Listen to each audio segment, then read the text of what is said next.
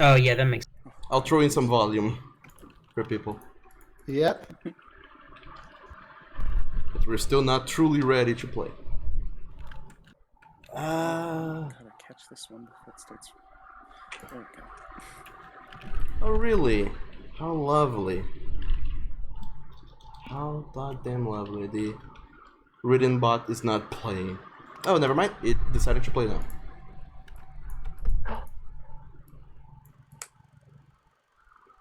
You guys should be able to hear music any moment now. Oh. Aesthetic. I need to turn that way the fuck down. Whoa, how do I just turn the music down? Right click on the Discord. Click on it? Yeah. And Wait, how do I just... Wait, I can't. Left click. Right click rhythm on box. Discord. Right click, yes. the rhythm icon that's in the voice chat with us is the bot. Click on that. There should be a volume bar, or you can Right-click. mute it outright.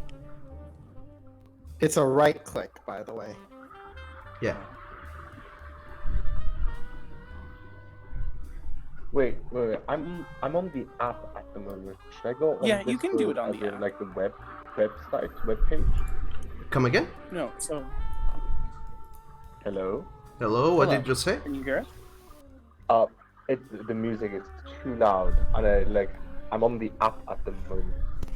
Okay, let me type something then. Okay. So because you should be able to Yo. turn it off in the app. Yes. If you just click on the rhythm in the chat, if you have our voices up visibly. Wait, the rhythm in the chat? Just a moment. Yes. Okay, I paused the music. Oh, Now you okay. can hear. On the Oh my God, on okay. Discord, on the way on the bottom, there's the stream chat. There's all of us in there. There's the rhythm bot. Right click on it and lower the volume. You will see a volume scale in there. Yeah, it should give you a user volume option. Yeah. No, but I'm Or on you the... could- I can't right click because I'm on Just the app. tap So then. should I- Just Oh, you don't have a Windows computer. Just- Oh, this is gonna make this annoying. just tap. It's the Just tap. the app I'm tapping simplifies it, and then I see all of our icons, and then there's the headphones, the loudspeaker, the mic, and then I'm on the call at the moment. And on top, I only have voice settings. Just a You see second. the Voice name- settings. Are you on a Oh, phone? that's so dope. You did animations for these too. Danny, are you on a phone? Yes. Okay. Oh. So you tap the icon of the rhythm. It should show up some options. Is there a slider bar next to a speaker or something? Scroll up and There's down. only a It volume. should but be- the thing is, be like, between- if I... It should be between King and Tristan. You should see rhythm in the lineup of people that are in this Rhythm? chat. Oh, Click on that. oh. There you Rhythm. go. Okay, click on that. Okay, Yeah. here. Oh my god, how did you not get rhythm out of what we were saying? I mean, Just there's a a lot second. of I names. thought that person... I thought that was a person. I thought Yeah, that was yeah, no, legit, that's- like, it's- just an it's gonna- individual. Oh Okay, my cool. You got it. Okay. Jesus Sorry, guys. Christ. My bad. So, Look, it's did been you- a long day, it's midnight, I'm just gonna... Okay, I'm gonna... Did you manage to lower its volume or mute it? Yeah, I lowered it. Okay, let's put back on Gotta the music. maintain the aesthetic. Oh my god, it's so much better. Awesome. See, there you go. All right. Oh, thank you guys. Aggressive so much. jazz. Okay. Aggressive child. Chill down, everyone. Chill down. Where did you post the link? I'm sorry. Come again? Where did you post the link? On my Twitter. Oh, okay. Should be there. I can get that. But you don't need to worry about that because you have the game right in front of you. And now it's time for us to begin this foray into Call of Cthulhu. So, everyone, welcome and good evening. Today is Friday the 13th. The sun has set, night has come, and the children of the darkness is out to play.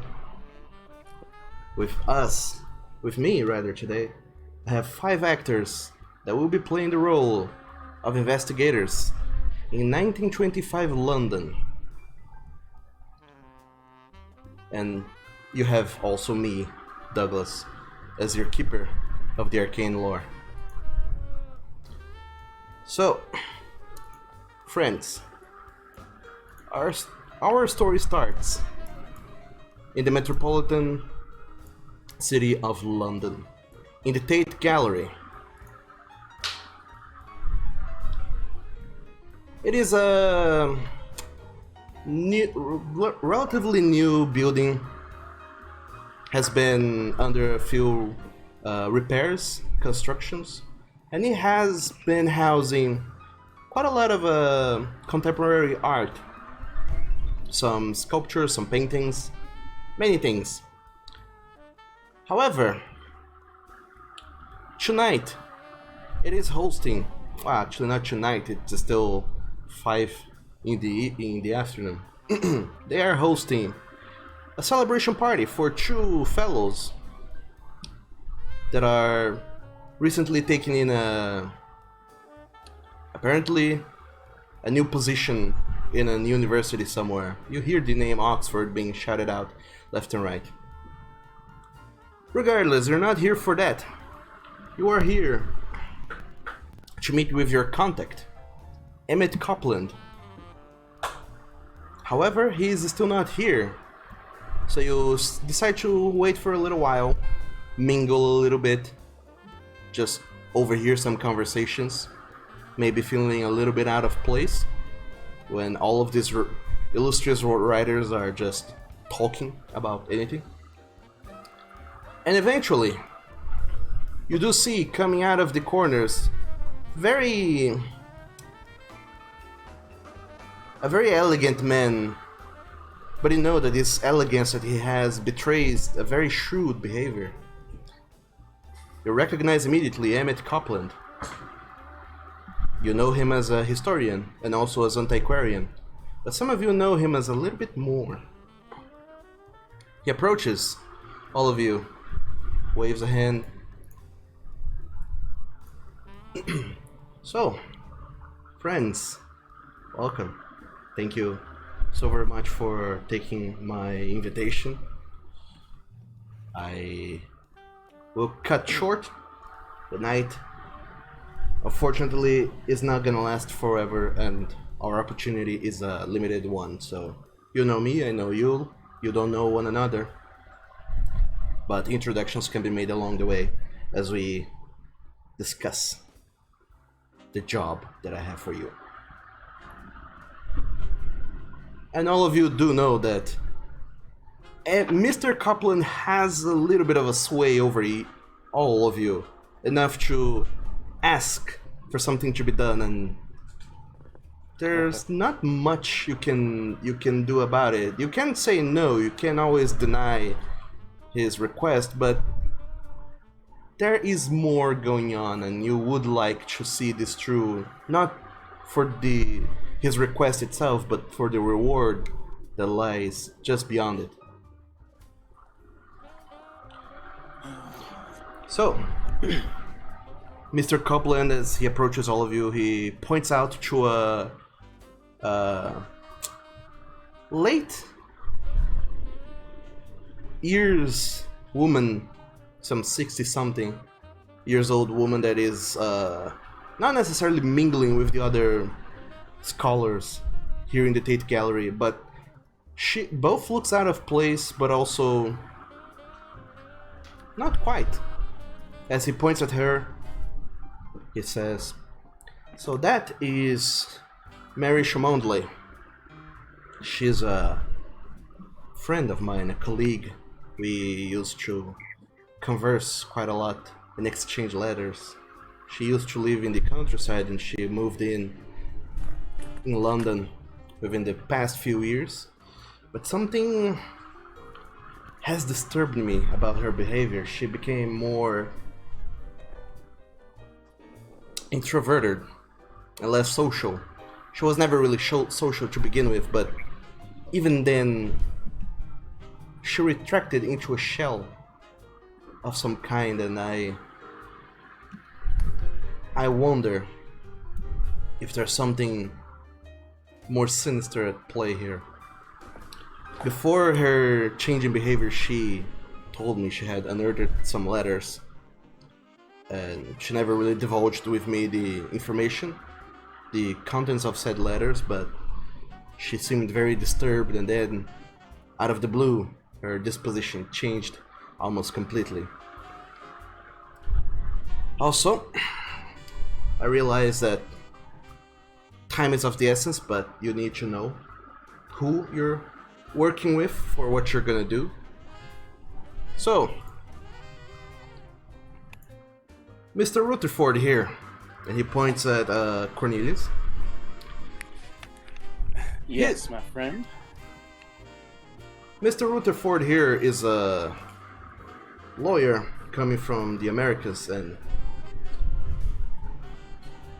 I'm afraid that what you will face might be a little bit against the laws. Well, the law is a matter of perspective sometimes. Well, it truly is. And not only that, but I need you to be able to bend them into our will for a few hours tonight. I can certainly do my best. Alongside you, we have Dr. Carter and Dr. West, two brilliant men, doctors of medicine that I have asked you here because I understand that there are many maladies that take people and just completely tears apart either their psychology or their physicality. And I fear that the problem with Mrs. Schmondley might be the former. I think that she's expressing some behavior and something happened with her, but not on the exterior. Something more intimate. And I don't think we will find many answers talking to her directly. And believe me, I know, I already tried. So, Dr. Carter, Dr. West, welcome. Thank you. Thank you for having me.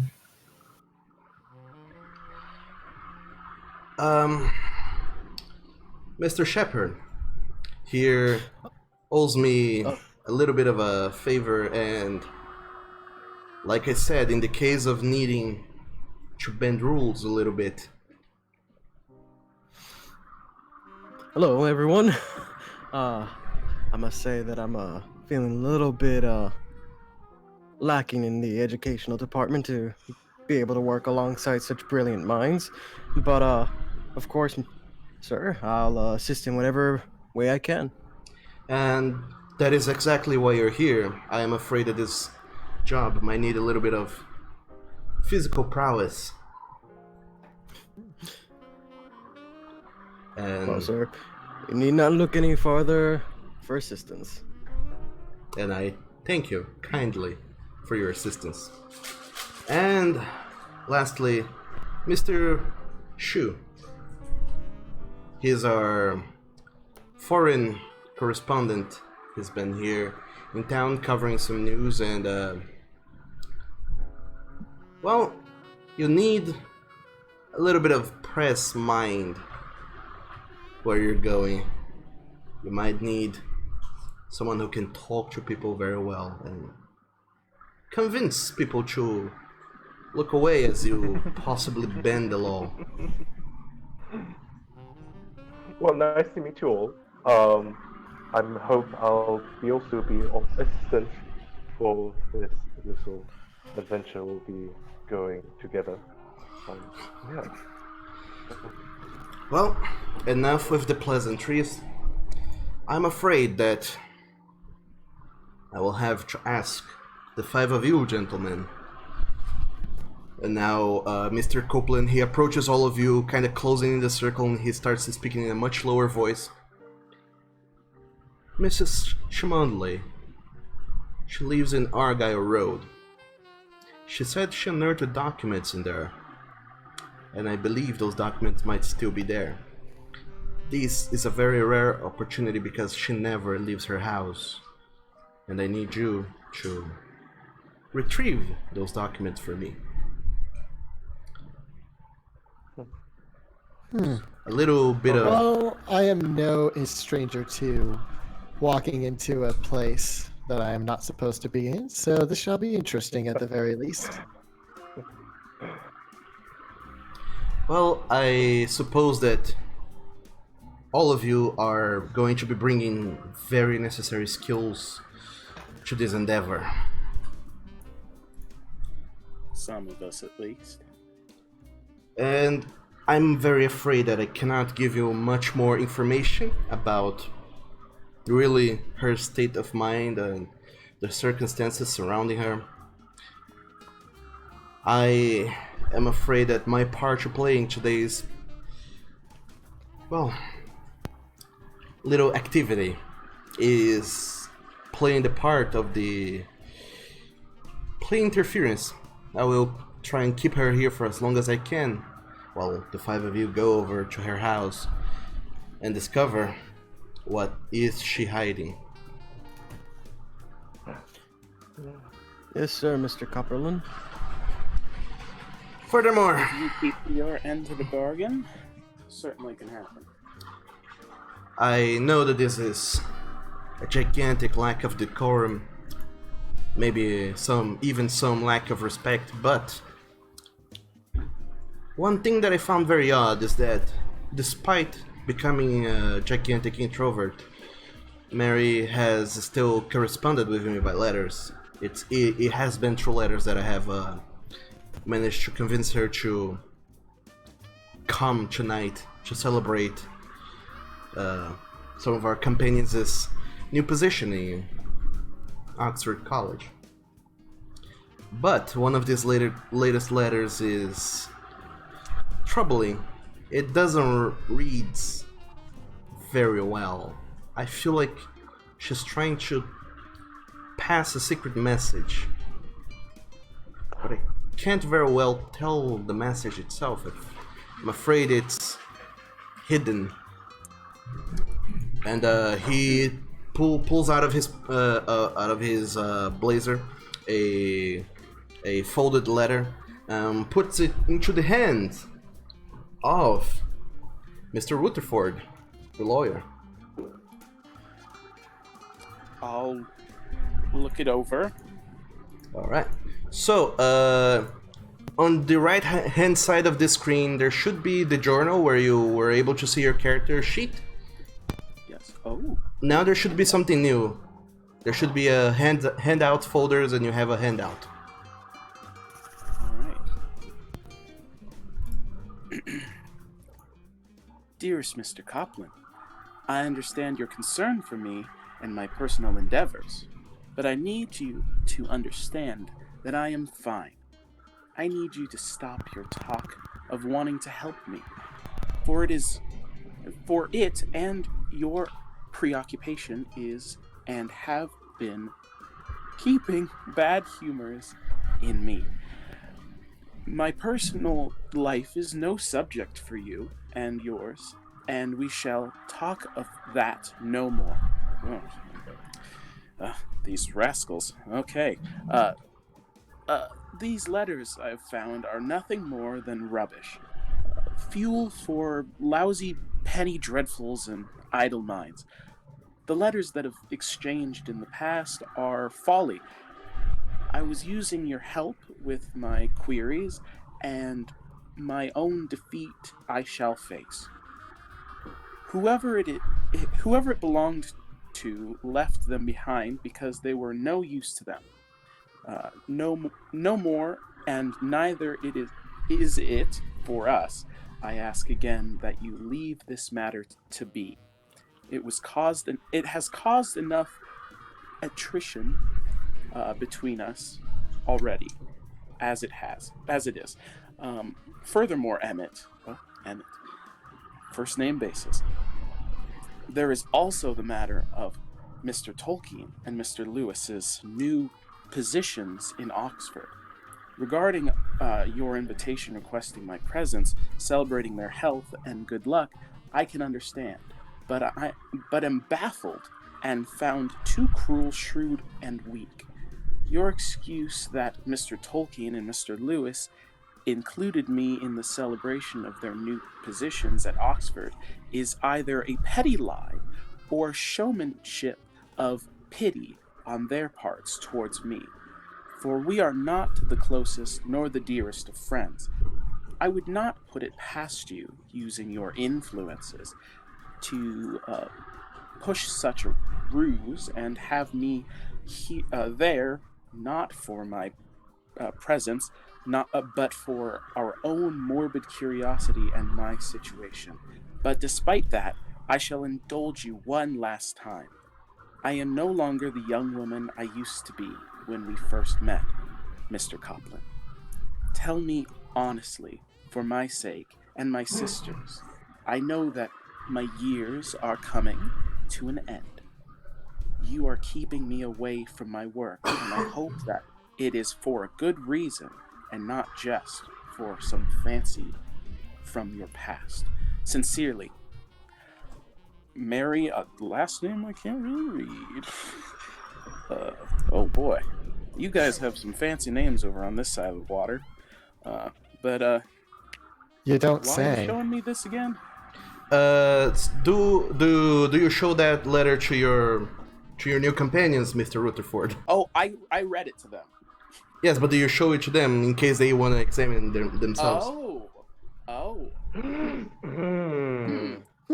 Yes. I am really uninterested in this, so I will pass it along to them Okay. to have, because I don't want to keep this. Actually, this letter sounds a little bit like the English I used to write whenever I was learning the language. Maybe I'll look at some of the mistakes she made. Maybe it's in the mistakes. Like some letters, some words might be out of place when you're reading it out. I have enabled this handout for all of you guys, so now all of you can see Marius' letter. Wang, do you want to go in on roll 20 on the left-hand side, right-hand side of the screen? There should be handouts. There should be your character sheet, and above it there should be some folders. Okay, I understand your concern from me. So, Wang, do you want to examine this letter a little bit further? I am just scanning through.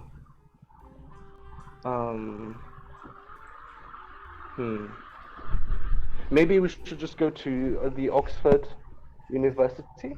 Maybe there's some more evidence there. I mean, she is clearly not wanting to go to Oxford. The Mr. Rutherford, he stops you immediately and he says, "I'm afraid that Oxford College is too far from here. It is in another city after all, and we must not squander this night and this opportunity to enter her house.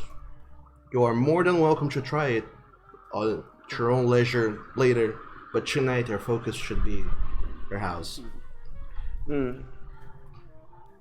Would it be possible for me to look at our sponsor and try to see if there's some more on his mind than what he's sharing?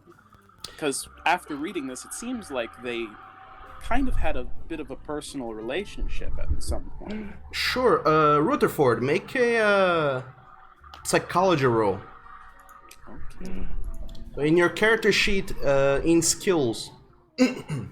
In skills, yes, and I have Make sure that you're not in edit mode. not in edit mode. Okay. Yeah.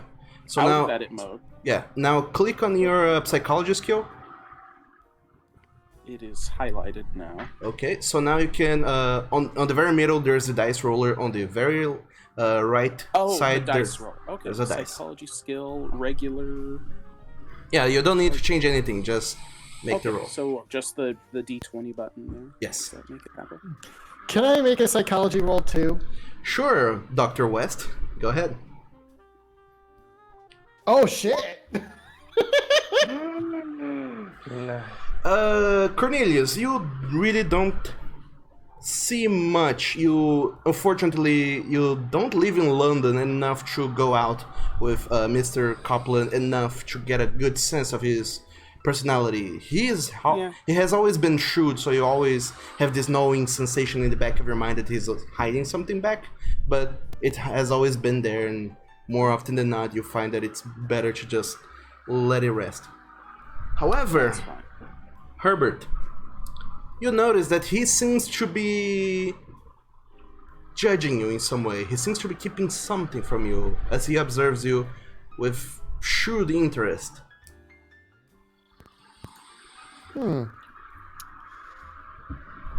Shit, what was the guy's last name? Copland. Copland. Oh, of course. Mr. Copland, why do you look at us so? Well, I fear that even though we have been friends for quite a while, I have never sent you in an errand such as this before, and I wonder if my judgment has been correct, if you are able to handle what I'm asking of you. Oh, Mr. Copland, if I may. Mr. Copland, you've got nothing to worry about.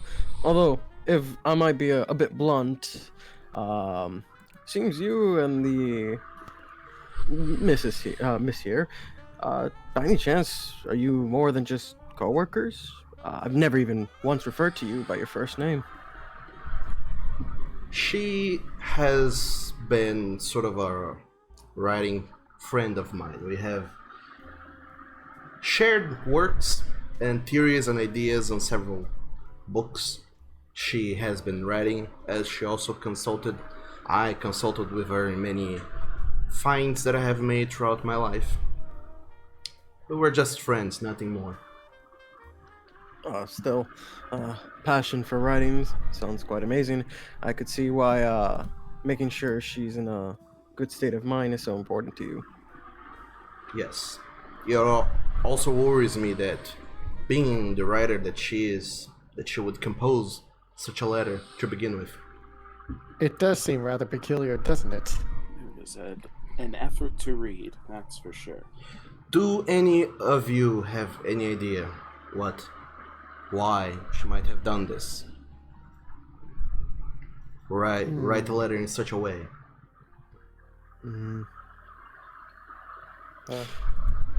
I have a guess, but one that I shan't make public. I'm more in the focusing on the argument rather than the substance. So in my mind, I think back to the conflicts between my mother and father. So I'm in the back of mine, unsharing. I'm just like, lover squirrel. Could I? Mr. Copeland. Yes. Could I ask you one question? Do you know anything about Mary's sister? About what? About Mary's sister. You need to. Victoria. She Yeah. has lived with Mary for a few years in this house that they acquired on Argyle Road. It has been kind of tumultuous to a degree. Eventually, Victoria got married and moved out with her husband, and I'm afraid Mary was left alone in the house.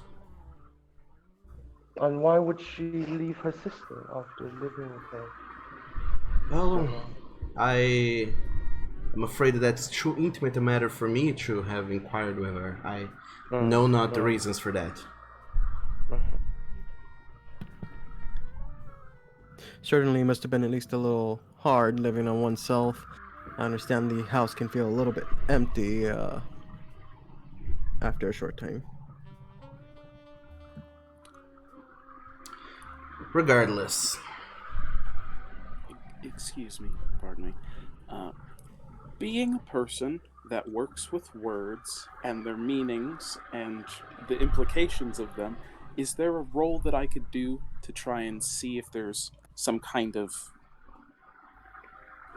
thought or underlying message in this message? Well, Mr. Rutherford, you see, and Mr. Copeland, he points out to a gentleman that's talking to some people. You heard him talking before. He was spitballing some ideas for this book that he was thinking about writing. You didn't pay much attention to what they were talking. You only caught a few offhand words talking about dungeon, some dragons, a magical ring, invisibility. Not very sure, but still. That's the man Mr. Copeland points out to, and he says, that one over there, that's Mr. John Tolkien. He's... Never heard of the man. Well, he's been part of the Great War, and ever since then he's made friends with some other scholars and veterans, and they have been producing some writing work, and he has a mind for the languages, that one. He knows, I don't know how he achieves this, but he knows over 8 languages. Granted, most of which are old, unused, or simply unremarkable, but yet he does. Is he married?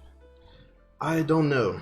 However, I have asked him, Mr. Tolkien, to look at this letter before his departure to Oxford, which will happen tomorrow. I'm afraid I couldn't get any more of his free time. But now you see, Mr. Copeland pulls out another letter from his another folded letter from his blazer, and pushes into your hand, Mr. Rutherford. You have a new handout. He looked it over, and he seemed to have found some sort of hidden message in it. He didn't go through the whole letter, but he did a little bit of homework.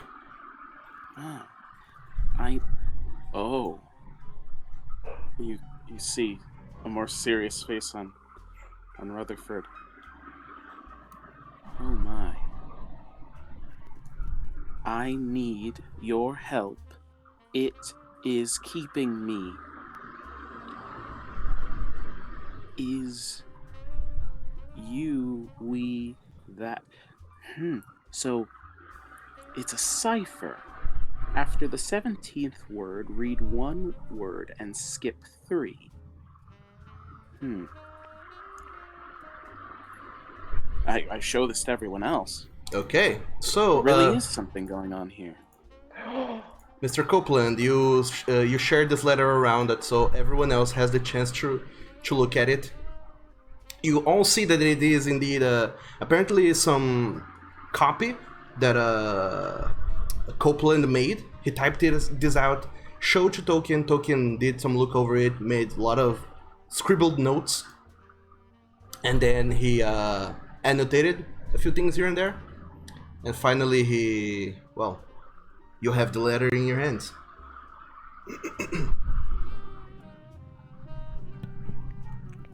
Oh my. Okay.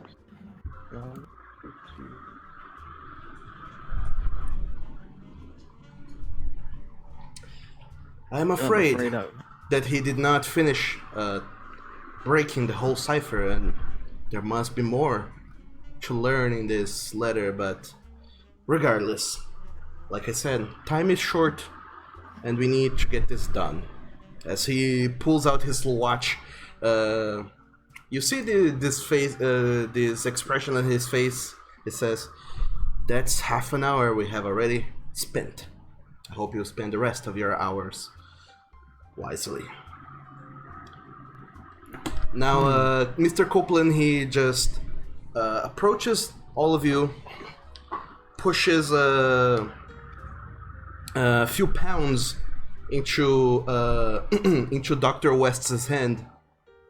This should cover for any expenses you have for the trip. Take care and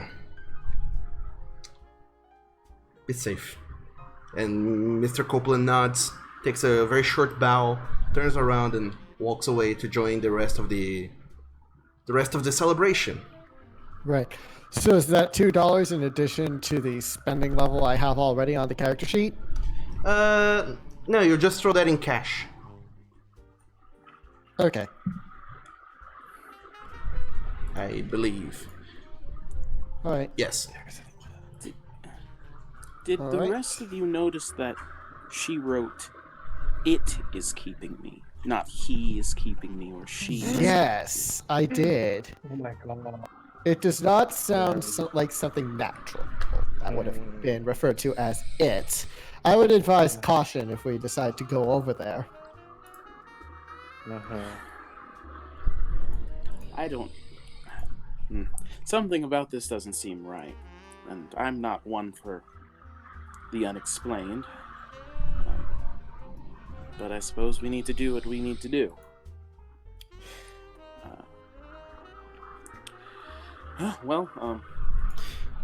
Hoping this is really just a case of her falling down and hitting her head a little too hard. I doubt it, but There's hope, at least. yes. Shall we Should take we a prepare ourselves? taxi? What do you guys call taxis here? Is it just taxis? Yes, you have the... So, what you do know is that there's a severe lack of information here about who is this married person, her sister, her house. You do know the address. He did give you the address. You know it's in Argyle Road, and you know that you can... there's a train station very close by that you can reach. By train, it shouldn't take more than half an hour, or by taxi, same time.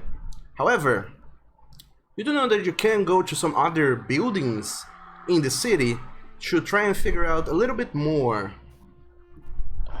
Should you wish, you can spend your time perusing through the library to look for her books. You can try and go all the way over to the public record office. That's all the way in to the western side of the city.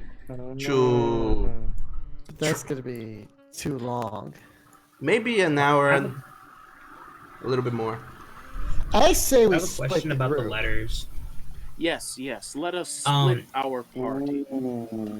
I was actually meaning to inquire, seeing that I work in the fire department for London, is it possible I could get a warrant to do a safety check on her house? You know that you could, but it would take time. They would have to really look everything over. They would have to regard it, try and reach someone who lives in the house first, get their permission, and talk to them first. It would take too long. Hold on, that However- was me. Perhaps I could throw together something that has enough legal jargon that people won't ask questions. Do you... let me look at your skills. Because I believe this would be some sort of forgery that you're trying to make. Ooh, that's true. We are looking to bend the law a little bit here. Because I have fast talk. Fast talk is you trying to talk to someone and confuse them with fancy words, but not necessarily showing documents. Yeah, I want to do that, but in a document. Yeah, if you want to do that in a document, you will need to... you need forgery. That is a skill you do not have, I'm afraid. Nope. I mean, she is. Is there at a the skill top. check I can do on the letters to see if there's like more to decode from them? If you have in your science skills, if you have a cryptology, I believe, you can. Cryptography. So I can't do like library use or anything. Not really. You would have to. You would need the knowledge of the cipher and ciphers in general. So, if you have the cryptography skill, you can. If you don't, it's a 1% chance of breaking the cipher. 1%. Yes.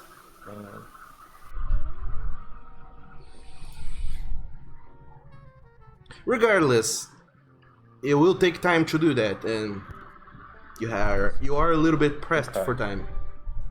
Right. I wonder. Yeah, I think that's why I want to split the party. We should get somebody to investigate the. Oh shit! something else while we investigate the house. Her sister passed, yes? Come again? Her sister passed? No, she. Well, you don't know actually, but Oh. they never mention her passing away. All that is mentioned is that she married someone and moved away to another house, All right. somewhere else. Hmm. All right. Well, I was thinking about maybe going to the London Library just to get a look at the history of Argyle Road and the house. Maybe we could find some articles on the house that might be interesting. Sure. You're trying to get into the house, right? And maybe we can find some, like blueprints of the house, of like all the parts that you can't see anymore. Those types of things you wouldn't really find in a library. You would find more so in the public records. The public records, yes. In the public records? Yes. Ooh, and that's, I don't know what that would be. Also, Mr. Shu, you do know that you can always go to Fleet Street and make a stop at the Somerset House or the Times and try to look for new news articles. Ooh, yeah. Yes, that might be great. I feel like I would go there, and if someone would come with me to the library, to the Times or Somerset House, then other people can go to the house if we want to split up. If you're going to be working with getting information and people, I wouldn't mind accompanying you. Okay. Wow. Okay. I think that would be good set. You're the lawyer. Yes, I'm Cornelius B. Rutherford. My friends call me Cornelius. You can call me Mr. Rutherford. Nice to meet you, Mr. Walderford? Rutherford. Rutherford. Oh, thank you so much. My English is not as well. Good. That's all fine. Shall we go? Should we split the group now? You can Cover as much ground as possible. you can split apart if you want. Just as the public records do look very far away, but they're not that far because you're taking the train. It's quite fast, actually. Okay. Okay. Well, we'll just all go. Let's just all go. Because then, if we find something that is not, that could be vital information for when we go to the house, we could all know. Okay, so who is going where? I'll go to the public records are records. within reach. That kind of documentation might be very useful. What documentation? The blueprints to the house. Oh, sure. Yes, the blueprints, you would imagine that they would keep at the public record. And shouldn't be too hard to get access to them. Do you think we will be back in time to raid the house? You knowing your way around London, Dr. West, you imagine that you could go to the public's records in half an hour, probably peruse something in another half an hour, and then less than half an hour you would be in Argyle Road. And the night is young. The sun is still out. It's 5:30, closing in on 6 in the afternoon. Okay, see, it was considerably earlier than I thought it was. Yes. Yeah, I thought it was like evening, like 9-10. Okay. This is. If I can suggest, just going ahead to the house. I'm not much of a good bookkeeper, and just getting a layout for the area. Just investigate it from afar. Nothing suspicious. Just waiting there. Herbert might go with then. Just because he might be able to see something as well. All right. So we're making. Okay. To make matters easy, I will not allow you guys to split the party more than 2 groups. Right. Okay, cool. I mean, we don't have enough people to split into more than 2 groups anyway, right? I mean, each one of you could go a different direction. You can do that, but No, yeah, no. Let's Rutherford will not be doing that. No, no, no. And plus, I am but a tourist here in this great city. Tourists need Even to though, yes, even though I was sent here for work, so I would like to have someone accompany me in this foreign land of London. Okay, so is someone going over to the newspaper places to see if they have any news clippings? I am. Anyone else? I shall be going. I shall be taking the train. Well, if he needs a guide, I'm willing to go. Again, I'm not book savvy, so I won't be able to Yeah, help. that's the thing. Yeah, that's true. It doesn't really aren't matter necessarily- much. Really? Yeah, you don't have to be incredibly book savvy to look through articles. It helps, but Yeah, but the pretty pictures will distract me. I mean, what? Oh, Mr. Shepherd, don't worry about it.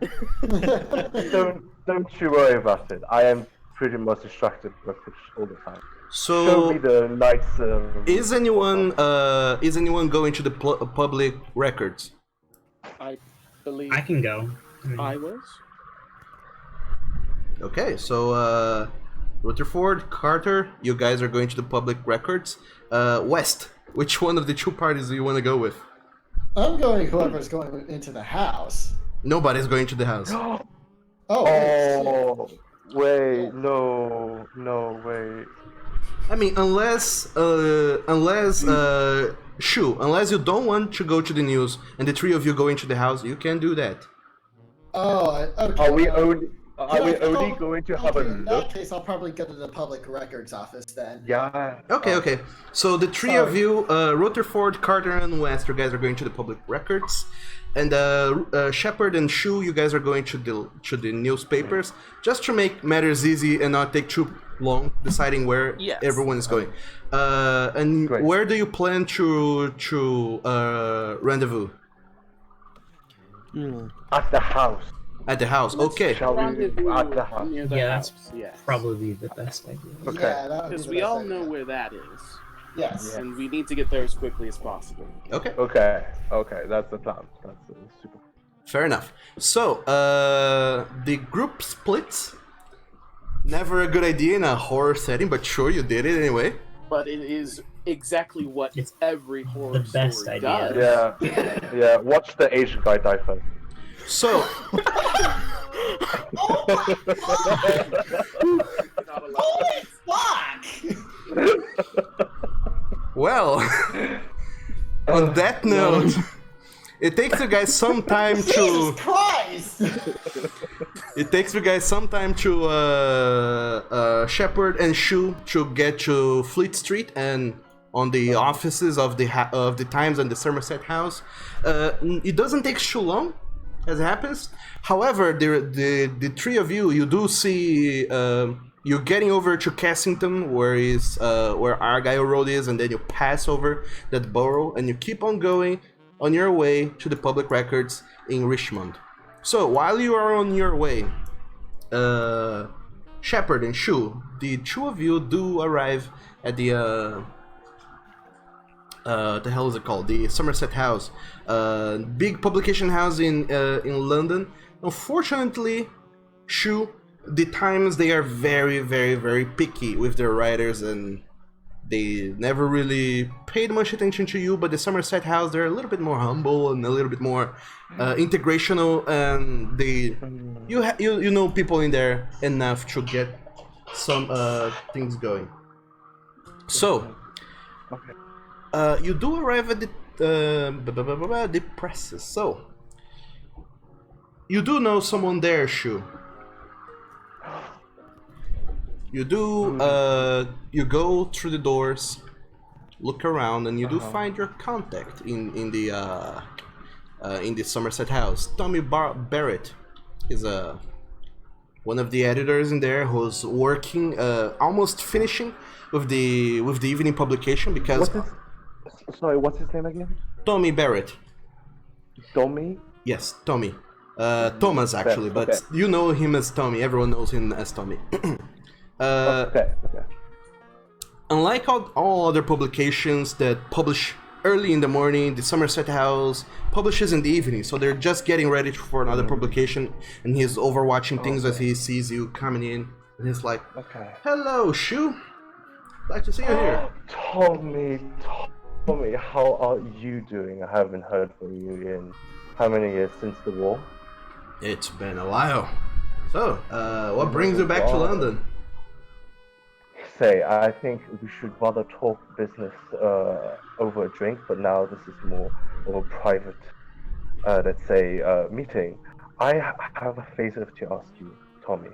Sure. Remember the pre-war years when I helped you move furniture from your house's wife?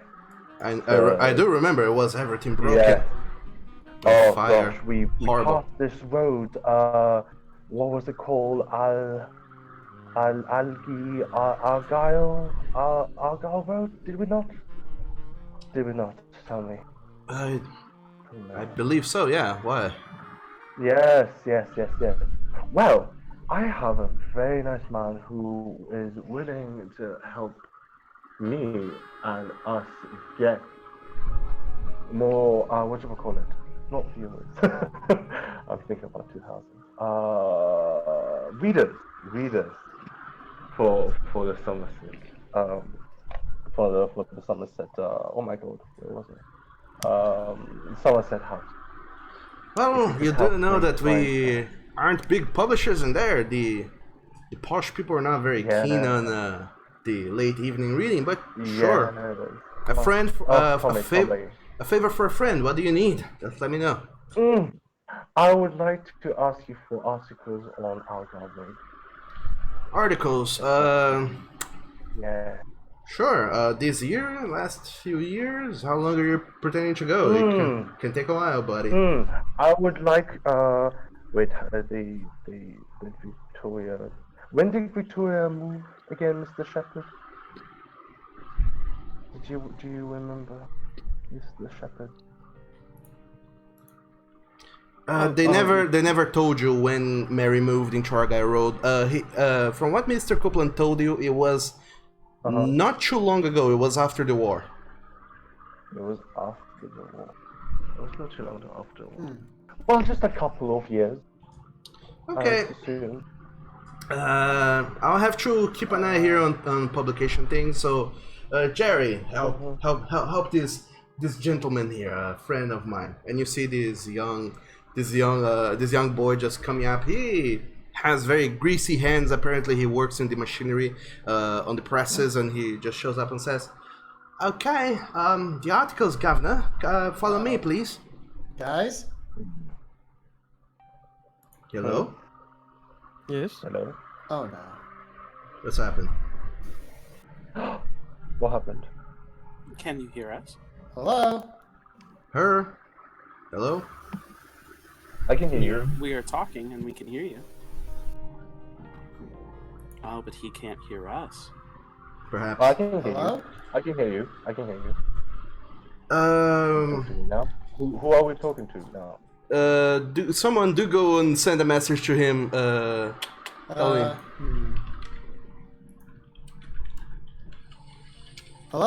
Hello. There we go. Oh, yeah.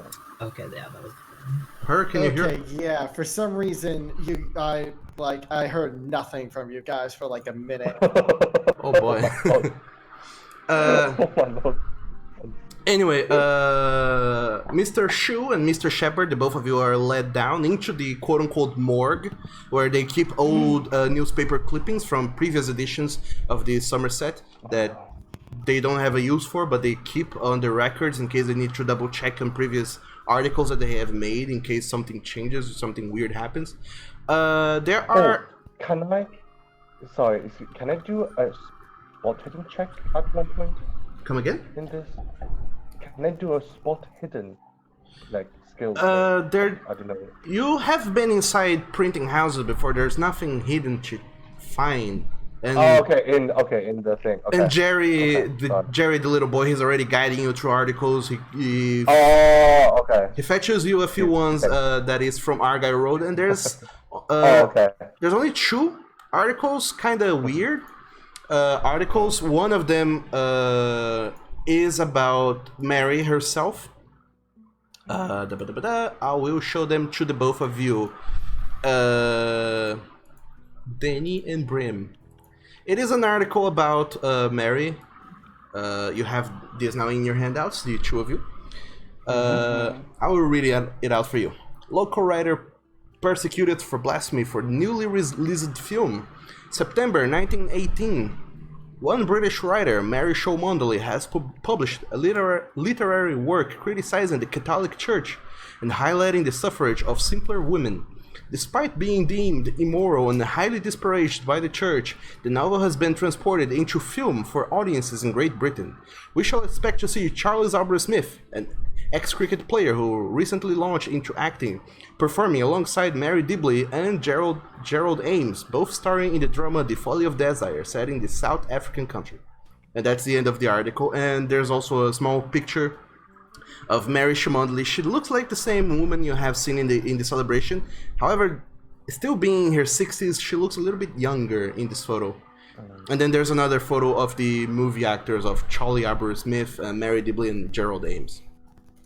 You also do find another clipping. This one has absolutely no relationship to Mary whatsoever, but it seems to be the same address that you're looking for, Argyle Road, number 8. Number 8. So Danny and Brim, you 2 have access to this handout right now. I will leave you to read it as you read that handout. The rest of you do arrive in the Public Records Office. So, Rutherford, Carter, and West. You are here in the Public Records. You arrive and there's a guy in the in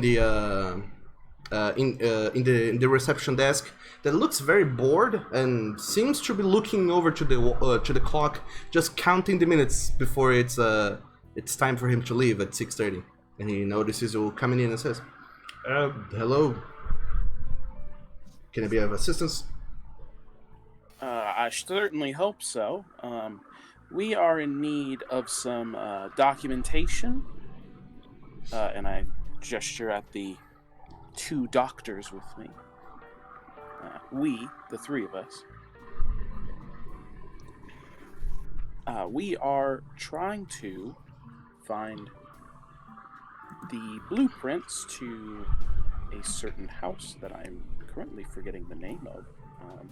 Currently in the possession of one Mary. How do you say the last name? Dude, I don't even know. Cholmondeley. Mr. Rutherford, I you point see... at them and I'm like, that one. It's a very long. Mr. Rutherford, Cholmondeley? you see this clerk look at you with a very bored look at his face. He seems to prop himself, sit straight up in his chair, look at the 3 of you.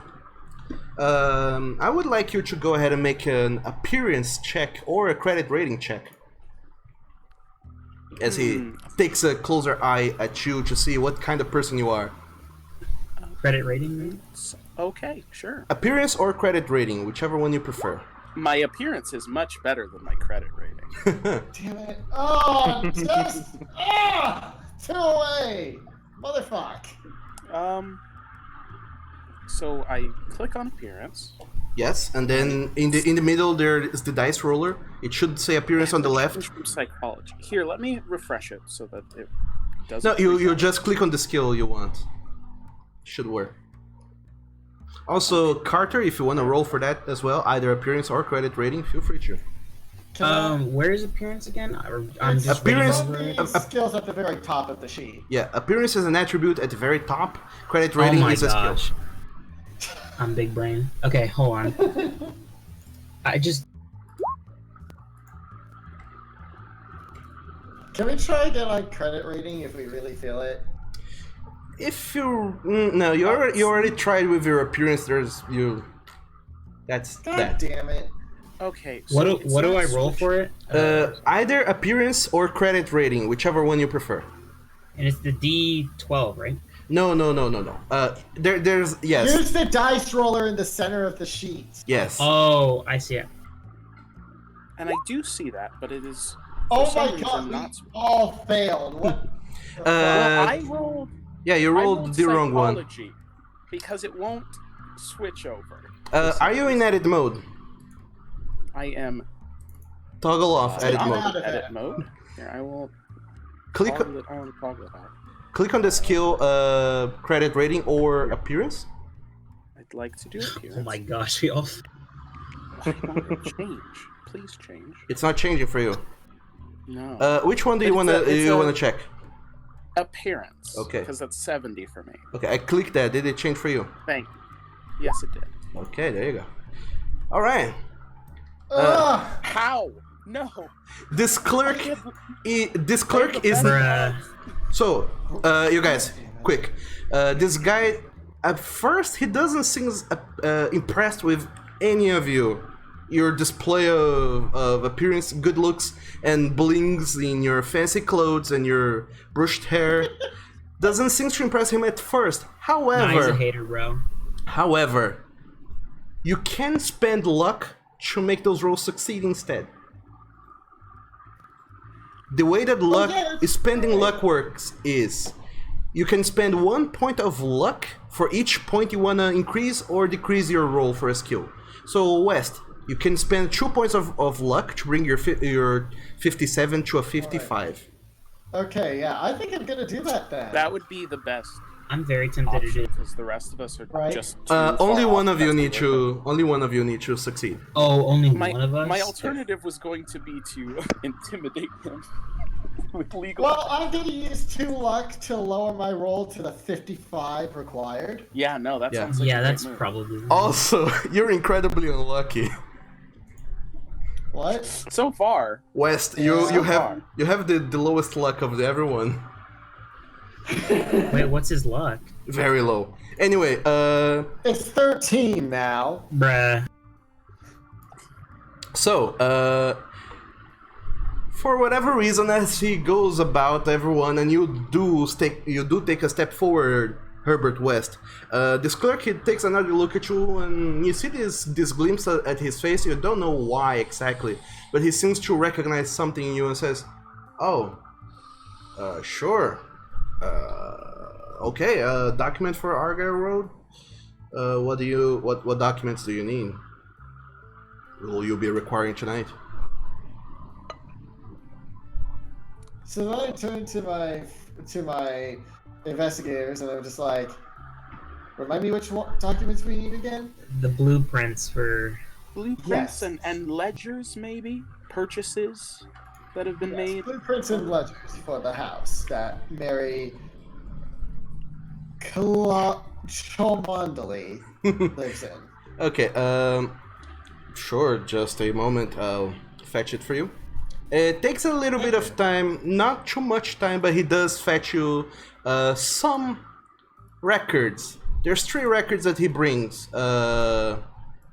regarding the house. Apparently, you're asking specifically for the house, right? Yes. Okay. Yes. So he brings this first, which is a record of sale. So I'll show it to the 3 of you. And you should have the ability to see handout 3 right now. Okay. Then he also shows you another record that shows a marriage of Mary's sister. It's not really related to the house, but he shows it anyway. It's part of your general inquiry. Okay. And that's so she it. was married 2 years ago. And apparently that's when she moved out. You gather. So she moved out on the day that she was married, correct? You get At least according to. you get the sensation that yes, it's been years that she's moved away. Okay. But she still owns the property, it looks like. It's a double ownage. It belongs to both Shomondless sisters. Okay. But why would she still own the house if she does not live there anymore?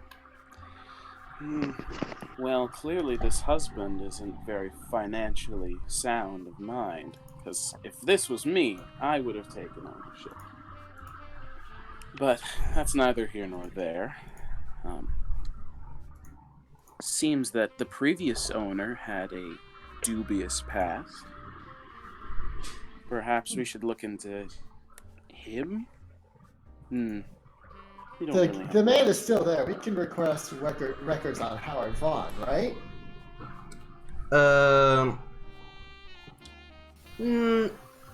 Yes, you. It takes a little bit of coercing. You will have him to go back into the records and search for this other place for this other person that is not related to the house, and that will take an extra time. You might be late to your appointment with meeting the other party back in Argyle Road. Well, we don't really have that much grounds to search for more, but this is interesting, and now we should know the layout of the house that has been documented. Yes. Yes, they also do offer you the blueprints to the house. I don't have the blueprints here with That's me, fine. but it's Just so we would know that, if there's a change, we would know if there's supposed to be a room. You would notice something.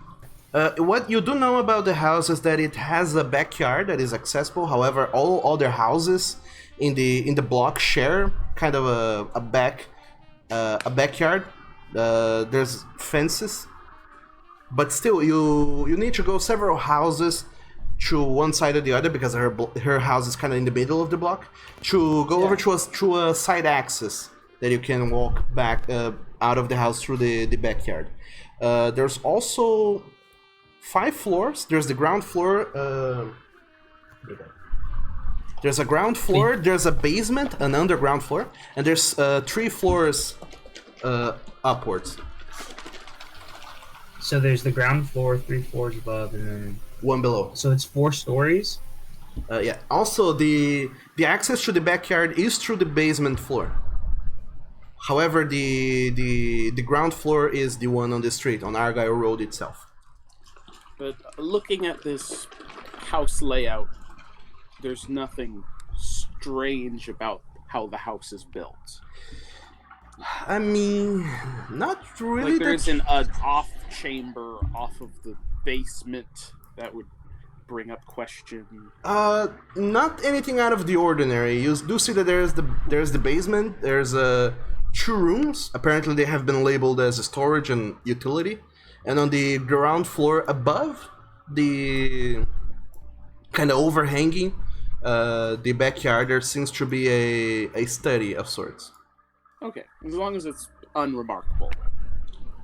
Other than that, there's a dining room, a kitchen in the ground floor. In the upper floor, there's a reception area of sorts and a balcony. And on the 2 upper floors, there's a master bedroom, a bathroom, and another smaller bedroom and a dressing room of sorts. Lovely. Well, thank you, good clerk. We may be back at some point, but likely tomorrow if we do not find what we're looking for. Sure. If you do come in the night shift, you will not find me here. You'll find someone else, and they will charge you for the night usage of the public records. But feel free to come whenever you need. It's our pleasure to serve you to make Great Britain better. Have a good night. And you see the guy. God save the Queen and all Good that. night. Well, let's go meet our friends. I'm sure they've struck on gold, much like us. So, an hour later, it's about 7:30, almost 8 in the evening. All of you meet in the train station in Argyle Road. You do share a travel with several other commuters that are quitting their day jobs and going back home all over London, going left and right, back and forth. Is a cacophony of voices and people. It's somewhat uncomfortable, but most of you are already used to this, to the metropolis and everything else that comes with it. So you're quite all right with it. However, as soon as you descend in the train station here in Argyle Road, as is customary for London weather, it is raining, and people are instantly running towards their houses and locking themselves inside to get free of the rain. People are not lingering on the streets as they normally would, especially because Argyle Road is close to parks. And you arrive at the train station. You are just a few blocks away from Argyle Road itself. Welcome to Kensington.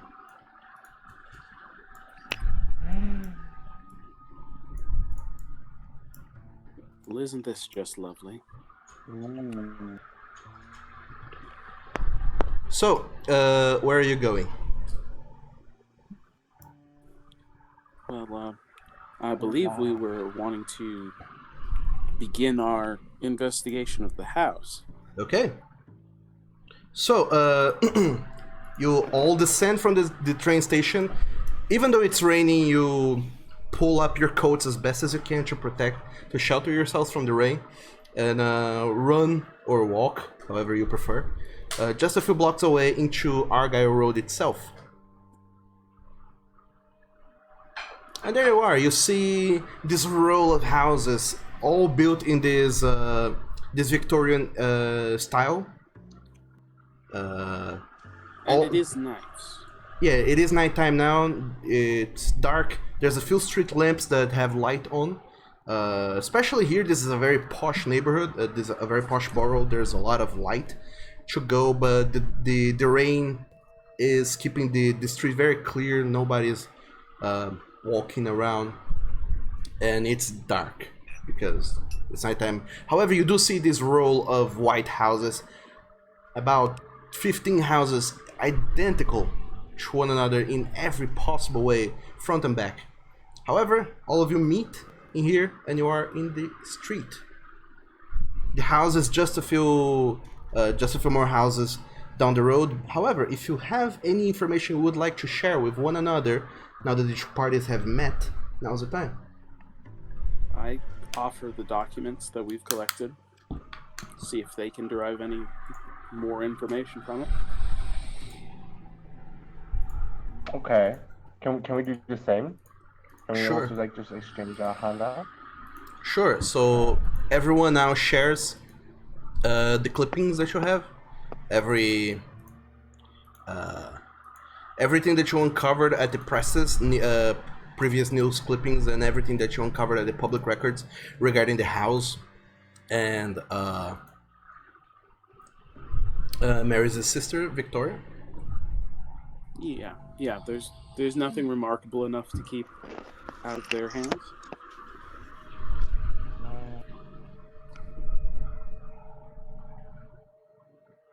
So this Detlev Lechner guy, if you guys seen the German spy arrest handout. Yes. Yeah, he seemed quite interesting, right? You know, like, is he the husband? No, he just left. No, this is his husband. Never mind. Like, So- no, So, what you guys have found in the news is that one of Mary's novel is being turned into a film, and also that the house that she lives in a few years ago, in 1919, I believe, was the property of was inhabited by apparently Detlev Lechner, a German spy that was living there. He was found out by the Scotland Yard, was apprehended, and then he somehow escaped. And nobody knows where he went. They impounded the house and did a very thorough search of the place. Then, and then they didn't find anything. They decided to put the house up for auction, and Mary and her sister bought it for a much lower value. And then there's a picture of an elderly woman, apparently Edith, who's talking to a correspondent of the journal, the Somerset House, about safety in here. And there's a picture of Edith and the house cordoned off by constables from the Scotland Yard. In the public records, you did find a record about the house being sold for Mary and Victoria. So both of them bought it together, and both of them owns it. And then several years later, Victoria married another man. They have the record of that. The record doesn't say anything else, but you do know by what Mr. Copeland says that Victoria did move away with her husband.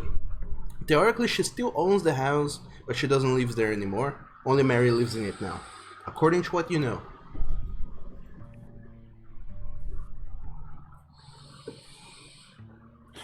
Well, I'm sure we're not going to find anything that interesting, but if this strange old man wants us to find her secrets, I think we should get to it. I am still concerned about the it description in her letter, but I suppose we shall see what it refers to. Yes, well, it could be her cat that doesn't like her opening the door. I sincerely doubt that. Going back to my perhaps she bumped her head statement. Certainly. Well, we know of a back entrance through the basement. Yes, you are still a bit far away from the house itself. So you're just casing it from a distance, but from a distance there isn't much you're able to see, especially because of the rain and the noise of it sputtering against the ground. You could move up closer to inspect the house. You could try and look for the side entrance. It's apparently not on Argyle Road itself. It's on the other roads that cross it.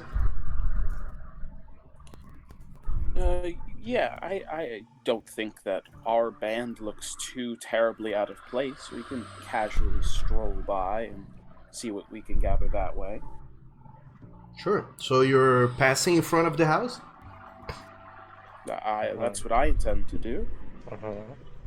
Okay, everyone is following, I suppose. Yeah.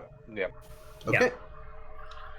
So, as all of you walk forward, passing the house, I would like all of you to make a spot hidden check. Where the hell is that again? Oh. I am most likely gonna fail this Yay! Finally, I succeed. Cool. Hard successes, and 2 failures. one. 2 hard successes, 2 fails. Yeah, I figured I was gonna fail that. At least 2 of us succeeded. Mr. Shepard, Yeah, how do I make it roll?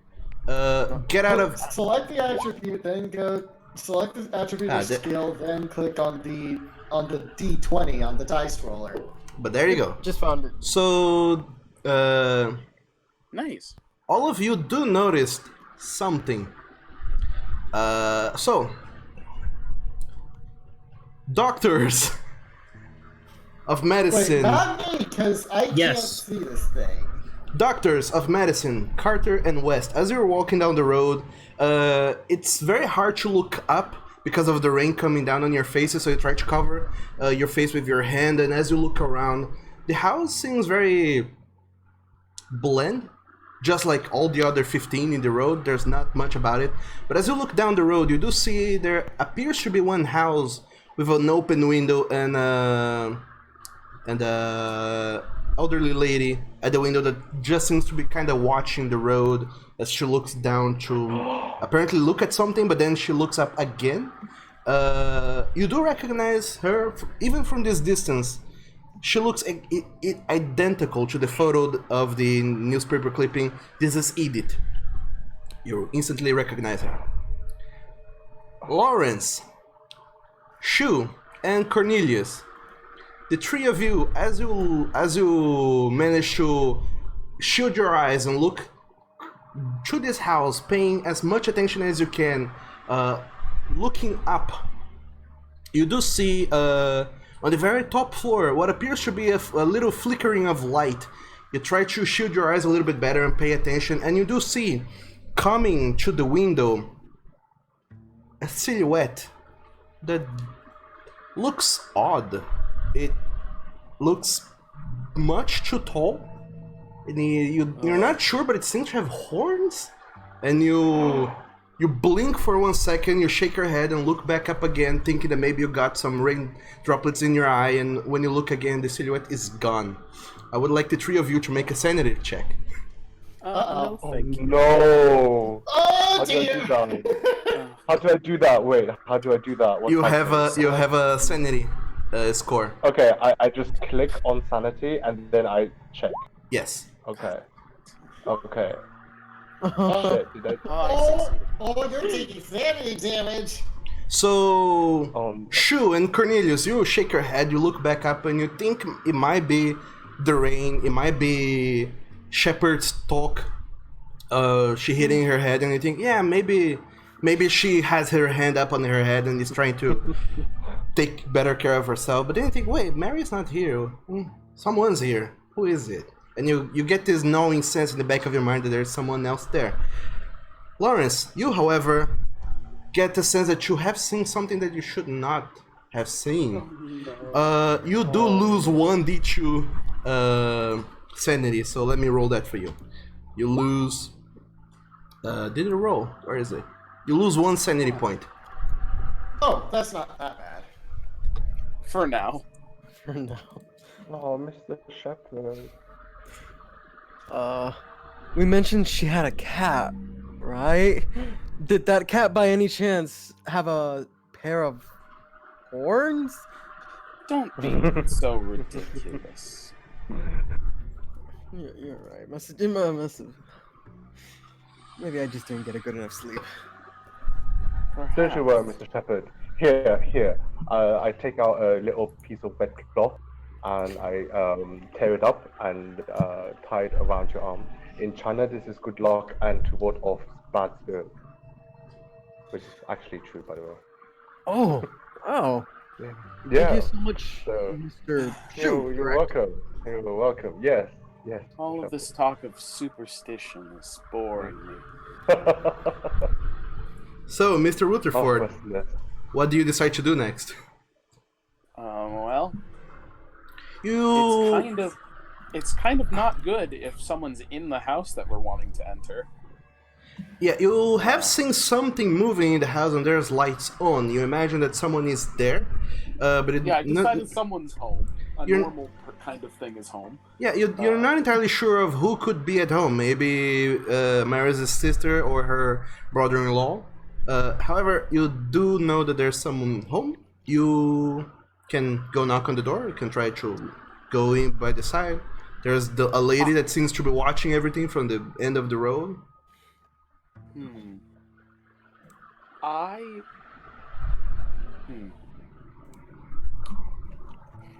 The woman at the end of the road that the two of you mentioned, that's not good for us. However, it is raining, so her testimony would be questionable. I don't see her as a major threat. But the person inside would have a harder chance of denying us entering their home since they're there. So perhaps one or more of us could attempt to distract them at the door or bring them into a room inside and distract them while the rest of you infiltrate. Well, I think I'm a pretty good... sorry. I think I'm pretty good on distracting. Tell her that, I'm looking for a house, or perhaps see if I can lie my way in by saying, yeah, smoke detector might have gone off. Wait, smoke detectors even exist yet? Nope, they don't. Oh, well, just... my immediate idea was maybe you could be my assistant and I'm trying to sell her life insurance. Oh, that is much more better than the idea I had. Oh! Perhaps. We I can was certainly try.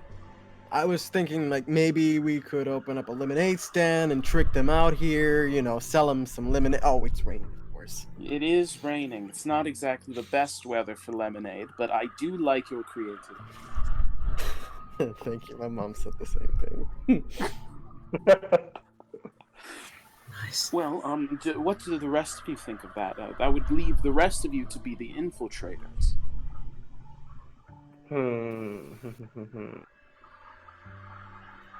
And since we would be approaching from the front, you would have better advantage if you approached from behind. Yeah. Okay. Should we do that then?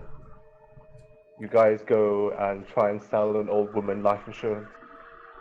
Yes, I have some... Does that not weigh heavily upon your conscience? Does that not burden your soul with guilt? Certainly not. No. Why don't we woo the woman? She's old. She wants to have some peace and quiet. I pose as someone interested in her from the Somerset house. As a follow-up to the Great War, I don't know. That could work. Potentially, if she has interest in divulging her personal life. Yeah, that's true. Maybe not. Maybe she doesn't have. Either way, the night is going on, and I am getting wetter. Okay.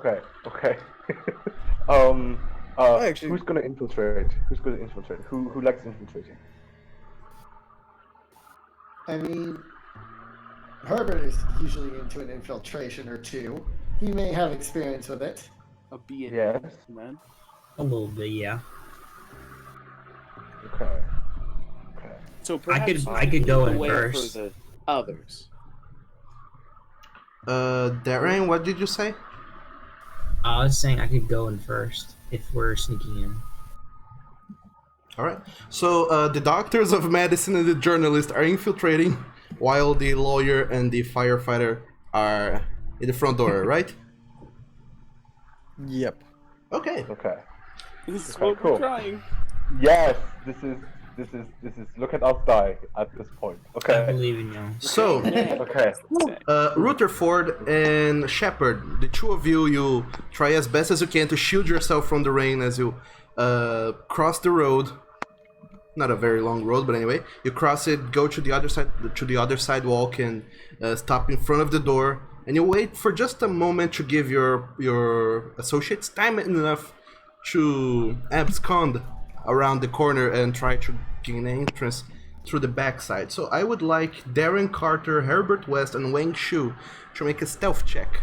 Because apparently the lady at the end of the road, she seems to be trying to pay some attention, but... What? Ooh, that's not great. Are you that's kidding me? statistically very unlikely.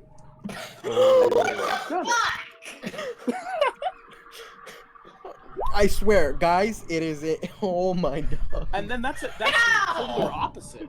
Okay, so you have like two ends of the spectrum. Yes. Oh wow. There are two types of people. Oh I wow. love Okay. There really do be those two kinds of people, dude. What the shit? There's still one more. Darren Carter, make a stealth check. My bad, sorry. It's just a I want stealth to see check, how right? many of you Yes. succeed. You better see a 99, bro. Get ready for that 99. Oh, that's brutal. Oh, I love that. Oh, Yeah. but you could spend luck potentially. Honestly, I can't. Are you kidding? Oh, not Look at you. the fucking. Oh my god. The way that stealth works in Call of Cthulhu is different from D&D. If one person fails, everyone fails. Oh, bruh. And with Herbert's fail, as Critical fail, I should add.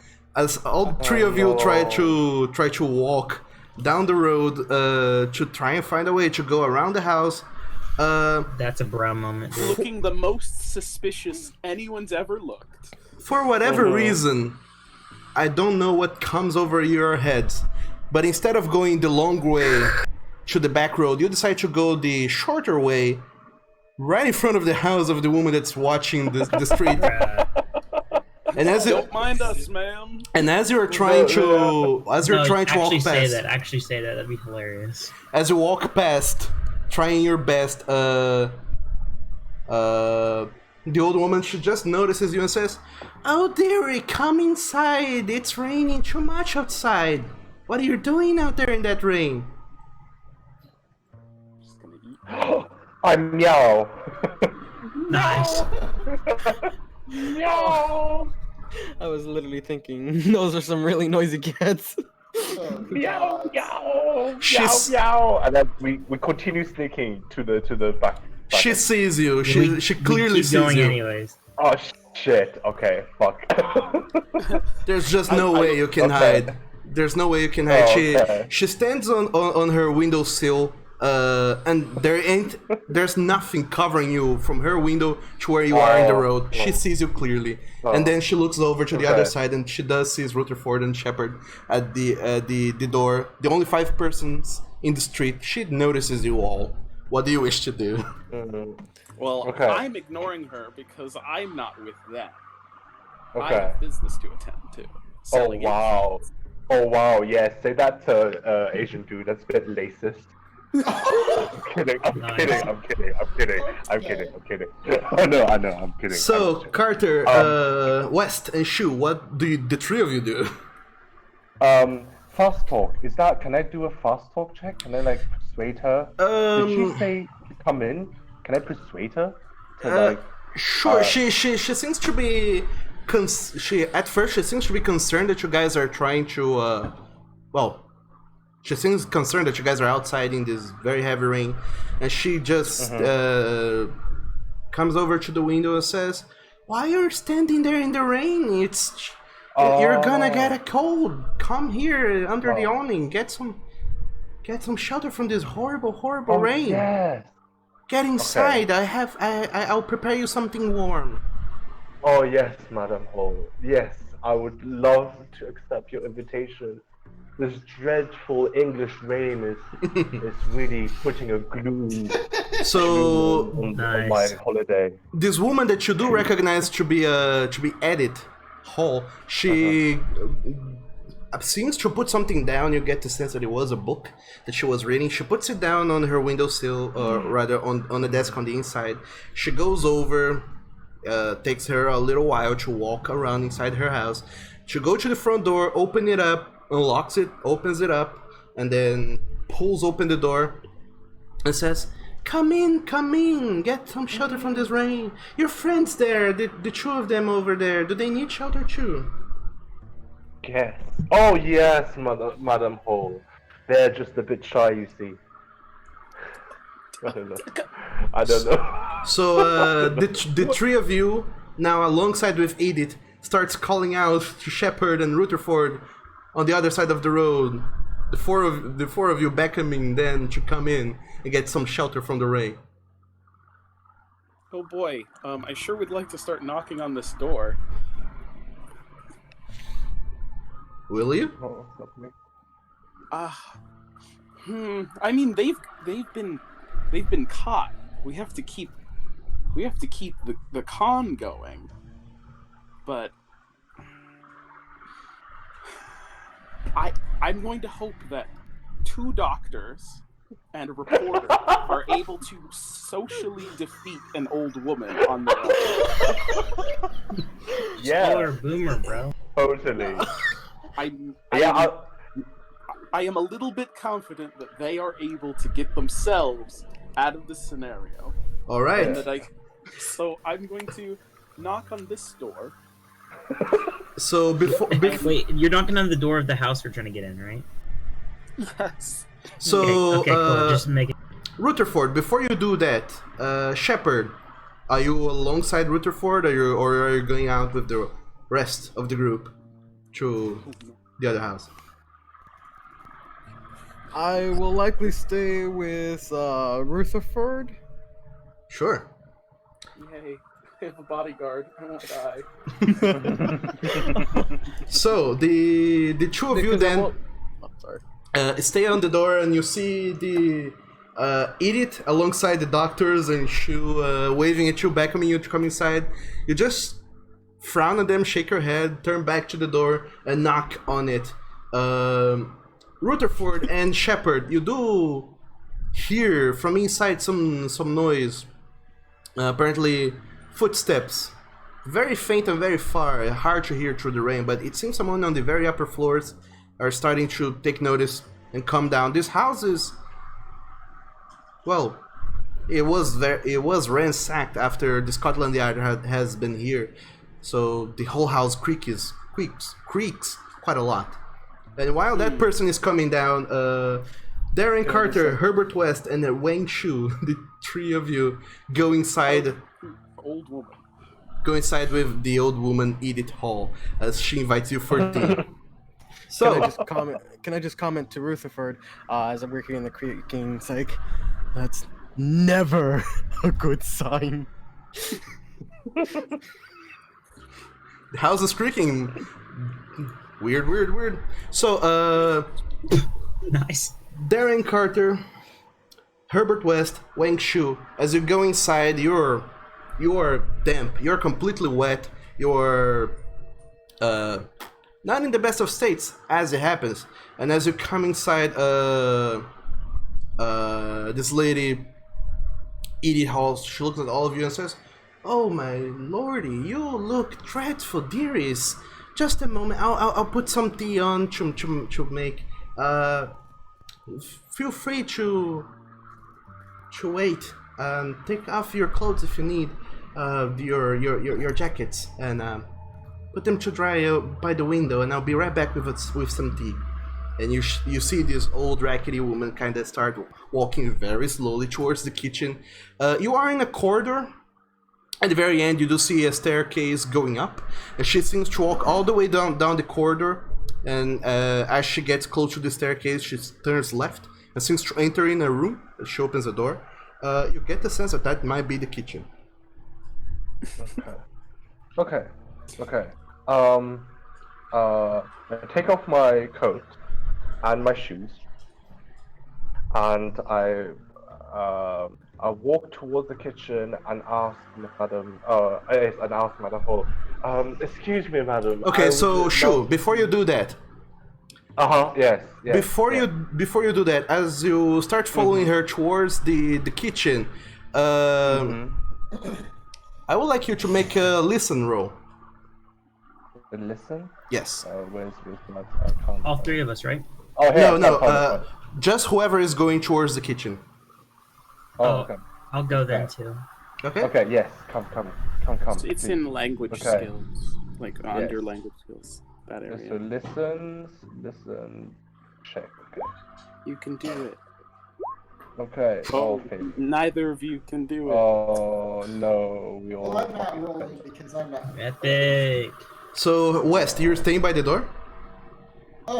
Yeah, I guess I could go into the kitchen. Pretty sure I just rolled Helen Keller's listening. Okay, so... We all failed the listening check. We're bad listeners. So, Darren Carter, Herbert West, Wang Shu, as all three of you start making your way towards the kitchen, you don't hear the very loud creaking of this house.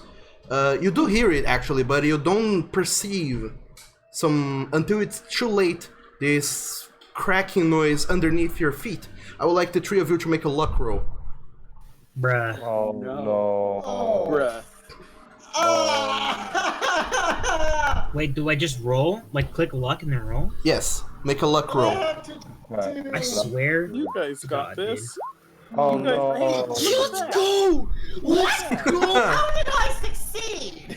Somehow, you did. Dude, Cthulhu can suck my fat nuts, dude. Christ! So, by luck, by chance, by fate, by whatever you wish to call it, Herbert West and Darren Carter, you are not the first one to go, and you hear the creaking happening underneath Shu Wang's feet as you walk down the hall, and apparently the floor simply collapses. and you fall down into the basement. Make I a called it. I'll Wang represent you when you sue. Wang Shu. I called it. I knew it. Wang Shu, make a jump roll. Okay. Where's I believe in you, bro. Here. Okay, thank you. It's above Maybe. language skills. Okay. Go. Failure. Oh my Oh, god! yo, I just guessed. want to attempt it I once. think. Just use luck points, bro. Use luck points. What you can How spend a do I luck do point that? to fix that. Yeah. How do I spend the luck point? Just I think deduct it, right? Yeah, you edit your luck points. You deduct 1 luck point from each point you're trying to lower your score. So to bring it from a 21 to a 20, that's 1 point of luck that you're gonna be spending. So whatever your current luck is, just reduce it by 1 point. So from 25, bring it to 24. 24. Okay, cool. 24. I'm I down. definitely think that's a move. So instead of failing this jump test, you succeed instead. But the way the jump works, it's not for you to athletically and magically jump. The way the jump works is for you to arrest your fall. So instead of taking 1d6 damage, you take half of it. So as you fall, you take only 1 hit point of damage. Okay, cool. Oh, good. The spirit of the and cat It's is like with it. Roblox oof noise plays, bro. The hitbox, like hit points, I go from 11 to 12. Yes, no, you lose 1. Okay. Oh, sorry. So, sorry. Yes. Okay, I see what you mean. 11 to 11. Yes. Oh, okay. Okay, cool. So Wang Shu, Okay. by luck, you don't hurt yourself too much falling on the basement. Sure. It does, however, hurt, and you're now lying amongst a pile of broken wooden boards. And as you look up, the only light that is coming on is from the corridor where your 2 companions, Darren Carton and Herbert West, are looking down at you. And suddenly Edith comes running to look at this hole that appeared in her in her corridor. Oh, no. So you're in the basement. Oh, no. Wang Shu, as you stand up and look around, what are you looking for? A way to get out? Okay. Or what are you doing? Okay. Yeah. Can I use a spot hidden check? Can I do Sure, that? make a spot hidden check. Okay. Here we go. Okay. Please. I believe. Success! All right. Uh, As you look around, Wang, you do see that you are in this very large corridor down in the basement. There seems to be 2 doors and a staircase that goes up. You do see that by the sizes, you're using your imagination and spatial awareness of this place you have. There are 2 big rooms down here and a staircase that just goes up to the ground floor. Okay. Wait. The 2 doors are they? I'm in the hallway. I'm in like the downstairs, like. Yeah, you're in the basement hallway, and you just see hallway. Edit coming to the hole, or rather, the border of the hole, looking down and said, "Oh, dearie, are you all right? There's a staircase over there. Oh. Come on back up. I'll fix you right up. We'll get you some." Okay. You'll be hearing from my lawyer. Oh, yo. I'll sue you. Okay. So behind me is there a door? Yeah, there are 2 doors, but Edith is calling you to come up the stairs back to the Oh, the yes. ground floor. Okay. Edith, madam, can I ask you to brew me some tea now? As I feel like quite lightheaded. As she looks at you, Shu, you do seem to be bleeding a little bit from your arms, especially now that you removed your coat. You have a little bit less protection against all scratches that you suffered going down. So she looks at you over and says, "Oh, dearie, you are bleeding. Come over here. I'll fix you some medicine right up. You'll be right in a jiffy." And she, Herbert and Darren, you guys step aside for a little bit as Edith goes around the hole very carefully. You also, I assume either of you help her go across the hole, kind of not going over the hole, but around it. As Wang Shu, do you follow her upstairs as she's going? No, I kind of want to go to the door and check the door behind me. It's very hard to do that with her there, asking you to come okay. and follow you. So she's still at the hole. She's not like, okay, cool. I'll just go. Okay, so you follow her. Yeah, yes. I'll go up the staircase. Okay, so you go back to the ground floor, and she seems to be beckoning you to go to the upper floor, where apparently she explains to you is where the water closet is, where she keeps her medicine to see what she can find for you. Cool. I shall just go with her then. So you're following her. Yes, I'm following. Okay, what about the other two of you, the doctors of medicine? Help me! Medical practitioners. I'm on my way. Save me. Wait, so I wonder. Oh. Herbert is immediately just like, I wonder if we could use this as a distraction to distract her. And one of us sneak off and do a thing. I like your thinking. I like your thinking. So what are you doing? Herbert Okay, and well, Darren. I actually do want to like fix this guy up, but like, so I'll fix him up. But then like, why don't you go and like, we'll use this as a distraction. We're like, oh, come here, get us like bandages or something, and then like, you can like the other person can go and like look around the house for anything. Yeah. I have a little bit of first aid skill. Like I can distract her enough for you two just to have a proper look around. Why? Right? Why are you looking around in this woman's house?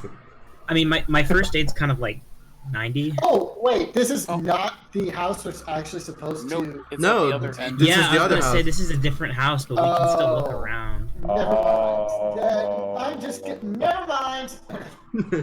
Okay, so But you could use this distraction to leave. That is true. That is true. Yeah. I might try and slip away then. okay, Yeah. Okay. so You two try to slip away. I'll just distract her. sure. I'll distract her enough Okay, until that's fine. I'll So meet you in She's the gonna house. eat up. Okay. Wang Shu, you are following Edith upstairs. She's a crickety old woman. She takes her sweet old time climbing the stairs, and Herbert and Darren, you wait patiently until she's out of sight before you even think to walk away. And trying to be very careful, you go back to the main hall. You pick back your clothes that you took off, your coats, your shoes. You start picking them up and putting them back on. In the meantime, Wang, you are in the water closet where Edith, she's looking over her cabinets to see if she can find some sort of medicine for you. As she's looking around, she pulls down a box, a small little box of medicine. It has a red cross on it, an international symbol. She puts it down, and she points over at the toilet and says, just sit down there and I'll fix you right up. Okay, Madam Hall. Okay, she's now she's going to open up this box and start rummaging through some things. She seems to grab something, some sort of equipment there to try and aid you. Or does she? Make a psychology check. Oh, okay. Oh, cool. God. Oh shit. Oh, fuck! God. Is she trying to fucking kill me? Give you I a swear to claw God. full of ether. Oh, look at that! A success. Wow. Oh, good. just a guy. Wang Shu, for the split second that you look at her, you see this malice look in her face as she seems to grab out something sharp and dangerous and rushes to attack you. Oh no. Okay. I At least it's not a dodged. surprise now. So Yeah, I dodged. So I Wang dodged Shu- and I used the blood on my arm to like blind her. Can I do that? okay, so the way that Most anime thing I was ever like. the way that combat works is that you explain to me what you want to do. You can try to fight back. Okay. You can try to dodge, or you okay. can try a maneuver in. No. Okay, no, I'm not gonna fight an old lady. I will dodge the old lady. Okay, dodge, so yeah. she is going to attempt to attack you. I would like you to go and make a dodge roll. Okay. Ha ha ha ha ha ha ha. Might be banned from the country after this. Ooh. Oh dear.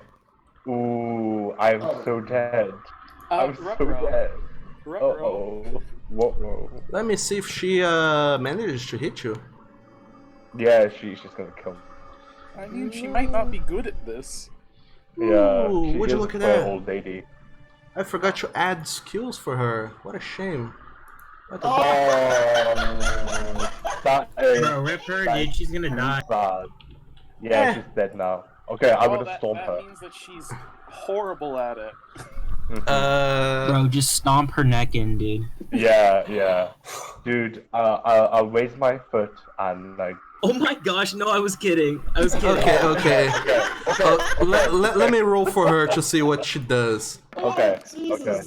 Okay. Oh, wow. Spaghetti, never forget it. So Don't do that. What happens? COVID-19 will take her anyway. What happens? Shu, is you try to dodge, but you fail. She manages to come at you and hit you with apparently a scissors, a pair of scissors that she has to do some damage. You suffer 4 points of damage. Oh, 4. Okay. So I go from 11 to 7. Yes. Okay. So, Shu, now that she's done her thing, it's your turn in combat. What are you doing? Okay.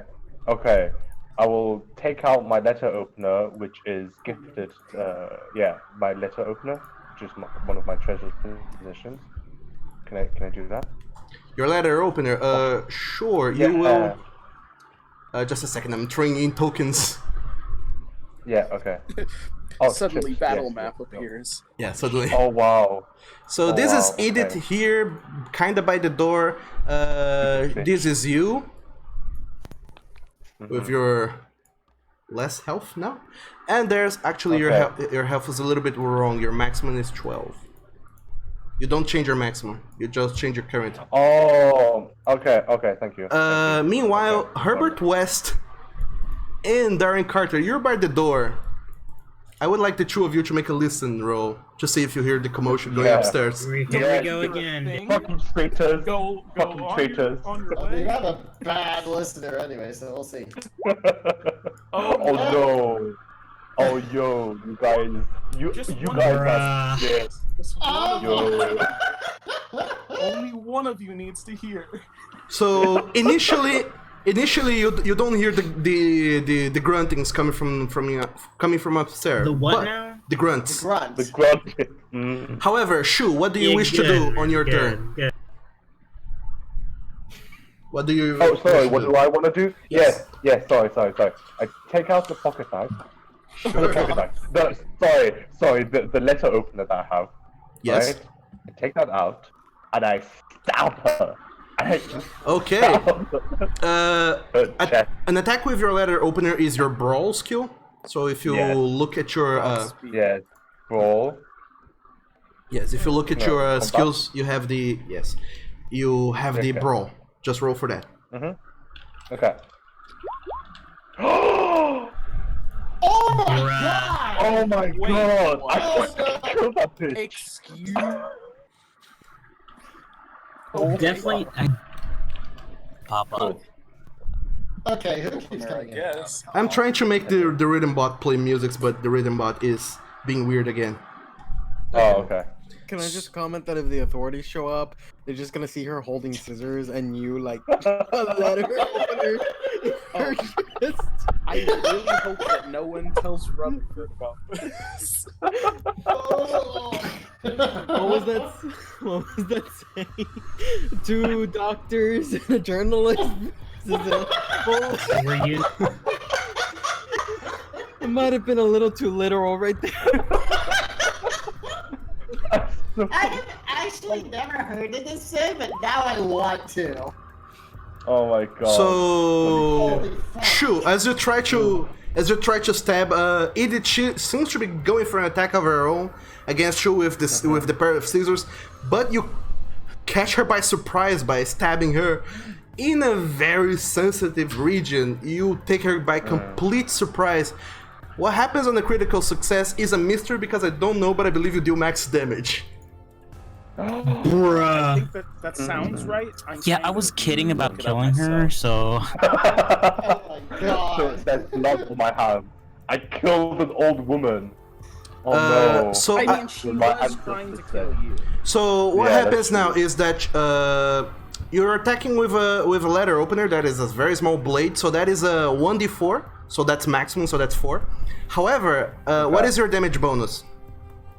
My damage bonus is -1. Okay, so that's a 3.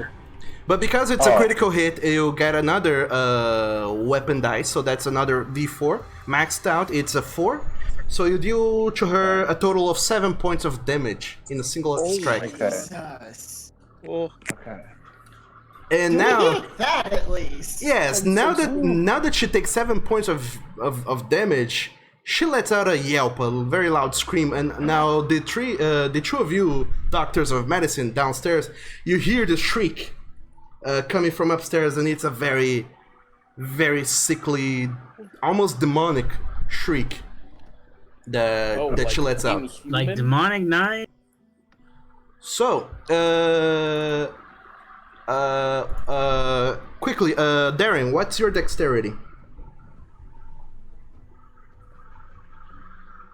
Darren? Darren Carter, Doctor of Medicine. Herbert, what's your dexterity? My dexterity is 50. 50. Okay, Shu, what's yours? My dexterity is 55. dang. 55. Okay, Darren? Mine's 40. 40. Alright, she goes first. Because her dexterity is way higher than yours. So... What is this like demonic like old lady doing? Is she gonna like zoom across the room or what's going I on? need to do Zumba or something. So, Darren- yo boy, she's taking Xanax and she's like off her tits. She's Darren, on some Florida shit. Dude, she's snorting like some straight Darren and demon Herbert, marijuana. I would assume that you, after hearing this noise upstairs, you are going to go and run over there. You will be able to make there in a single turn and maybe make something. However, you're not there currently. Who is there currently is only Shu and Edith. Okay. And Shu, you do see now that Edith, she goes and she starts shrieking, and you hear several snappings. Her bones seems to be breaking. Okay. Excuse me? As her form starts to expand, and you see she. Oh my gosh, dude. Like literally 2 seconds ago we were in a library. Now it's so the demon lady knight. This escalated faster. You said there was like a little combat, bro, and this is like Okay. demon lady already split in half. So, I feel like I'm in more. let me finish. She starts to go claws, and her Oh my as gosh. her clothes rip apart, you just see this very muscular body with hooved feet and horns, very big horns, and That's kind of hot, not gonna lie. she grows in size. And Okay. you are no longer facing this old frail woman. You are facing now some sort of eldritch monstrosity. I will need you to make a sanity check. Sure. No. Yeah, he's the only one who sees this. People Wait, so I have to do a okay. sanity check too? No, only only Shu, because he's seeing her transforming. Oh damn. May my ancestors protect me. Success! Yes!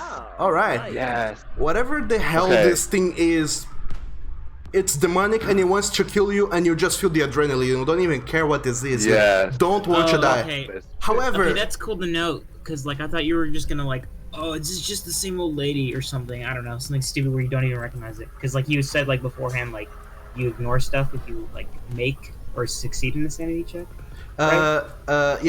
Sometimes. sometimes, but now you're seeing this creature. You know. Oh, gotcha. You know that this is something, but you are able to keep your cool pretty much. You do still. This is a very unearthly thing, so you do still lose 1 sanity point by seeing her transform. Okay. So I get 1 sanity point. So I'm 79 now. Yes, your sanity has reduced to 79. Cool. And you see her transform, and as she transforms, she's going out. Now, her bigger, broader size is going to try and make a claw attack at you. Oh no. Okay. Because she can Okay, do that, okay, and she no. will do that. Okay. Well, I can I'm certainly gonna. try. She Yeah, can. she can try, bitch. Try me. I'm gonna dodge. Nice. Alright. Okay, I'm There gonna we go. dodge Let's see now. this fail. Oh, yes! Extreme success. Yes. Can I dodge out of the door? Please. Sure, you have a whole movement worth of doing whatever you want. You can move quite a ways. You can move like into the other house, but in one turn of combat you are able to pass through her and quit the door. She fails, however. Oh, okay. Okay. So you dodge out of the way and run. Where are you running to? You should run. I guess. Yes, I'm running out. And I'm bringing the fucking monster to my other friends so that they can help me. Hey, don't do fucking that. Don't do kill this shit. That's so they Yes, can. I will. I will. I will run in panic outside of the house. No, I insisted. No, man. Darren and Herbert, you see a very panicked Shu coming down the stairs, bleeding from a newly wound that he's found. Looking at, bro. Something is going on in here. Dude, there's a fucking crazy monster upstairs. What are you talking about? There is this thing, this unspeakable monster. Just run, just go. And then I run out of the door in a little bit of hysterics. Sure, Shu. To get Mr. Shepherd and Dr. Okay. Wolford. There you go. So, Rutherford. Shu, as you are running out of the door in your turn, because you have your turn, Oh, sorry. Yes. you are running out the door. You just go past Darren and Herbert. You don't even care that the house is creaking and shrieking anymore. You just run into the rain, out into the streets. Darren and Herbert, what are you doing? You just see Shu coming down, screaming bloody murder, and running past Shu. I mean, Look from whence he came. He came from the stairs. You can hear some noise up the stairs, but you're not entirely sure. Okay, wait. Can we do a listening check to hear like if there's creaking? You hear How it. loud it is and how heavy it. You hear it. Get ready for another 99 on this fail.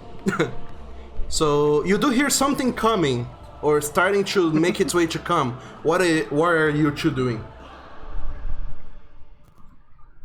Oh, do I still roll or do I just? No, what is it that you want to do? I was gonna do a listening check to like see like how bad it is, so like we believe him, I guess. You do hear noises upstairs. Bitch, you don't believe me? What the fuck? I'm bleeding. Darren, the way that it works is that you're not entirely sure that you believe him or not, but something happened up there. It's undeniable That's true. That's true. something did happen there. He's bleeding. He's leaving a trail of blood down the stairs. No, okay, so like I'm gonna head out and I'm just run out the door too, and just be like, yeah, I don't like whatever is going on upstairs, so I might as well leave. All right. Because I hear the noises and I see the blood. I'm like, yeah, that's probably a good idea. Okay, so Darren, you're leaving. What about you, Herbert?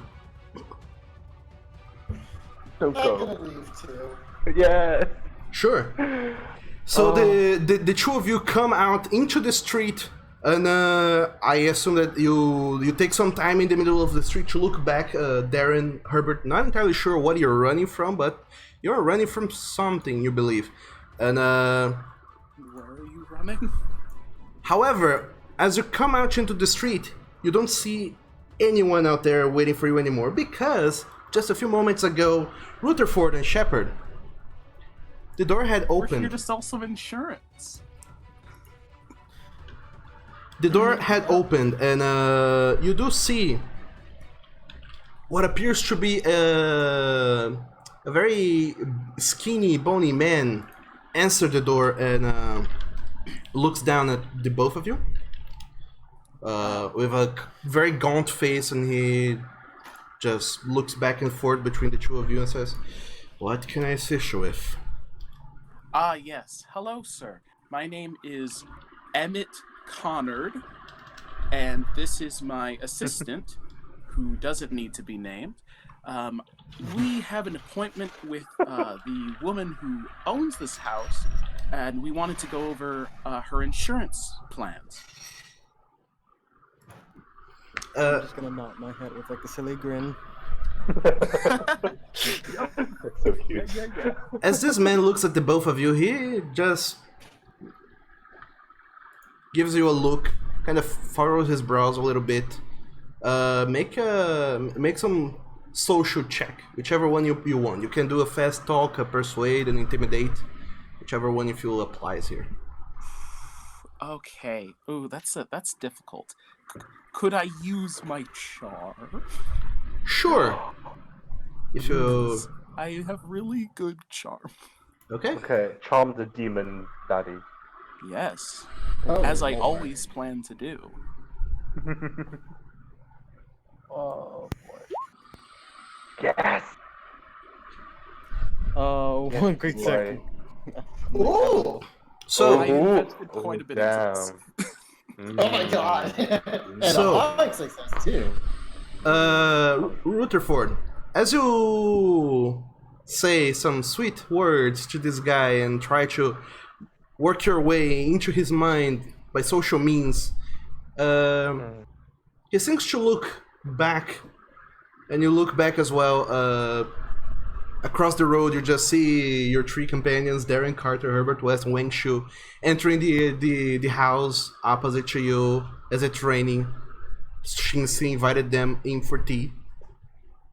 And this guy just turned back to the two of you and says, "Alright, the lady that inhabits this house is not here currently, but I'll assist you in whatever I can. Come inside." That would be lovely. Thank you. And I didn't catch your name. My name is, I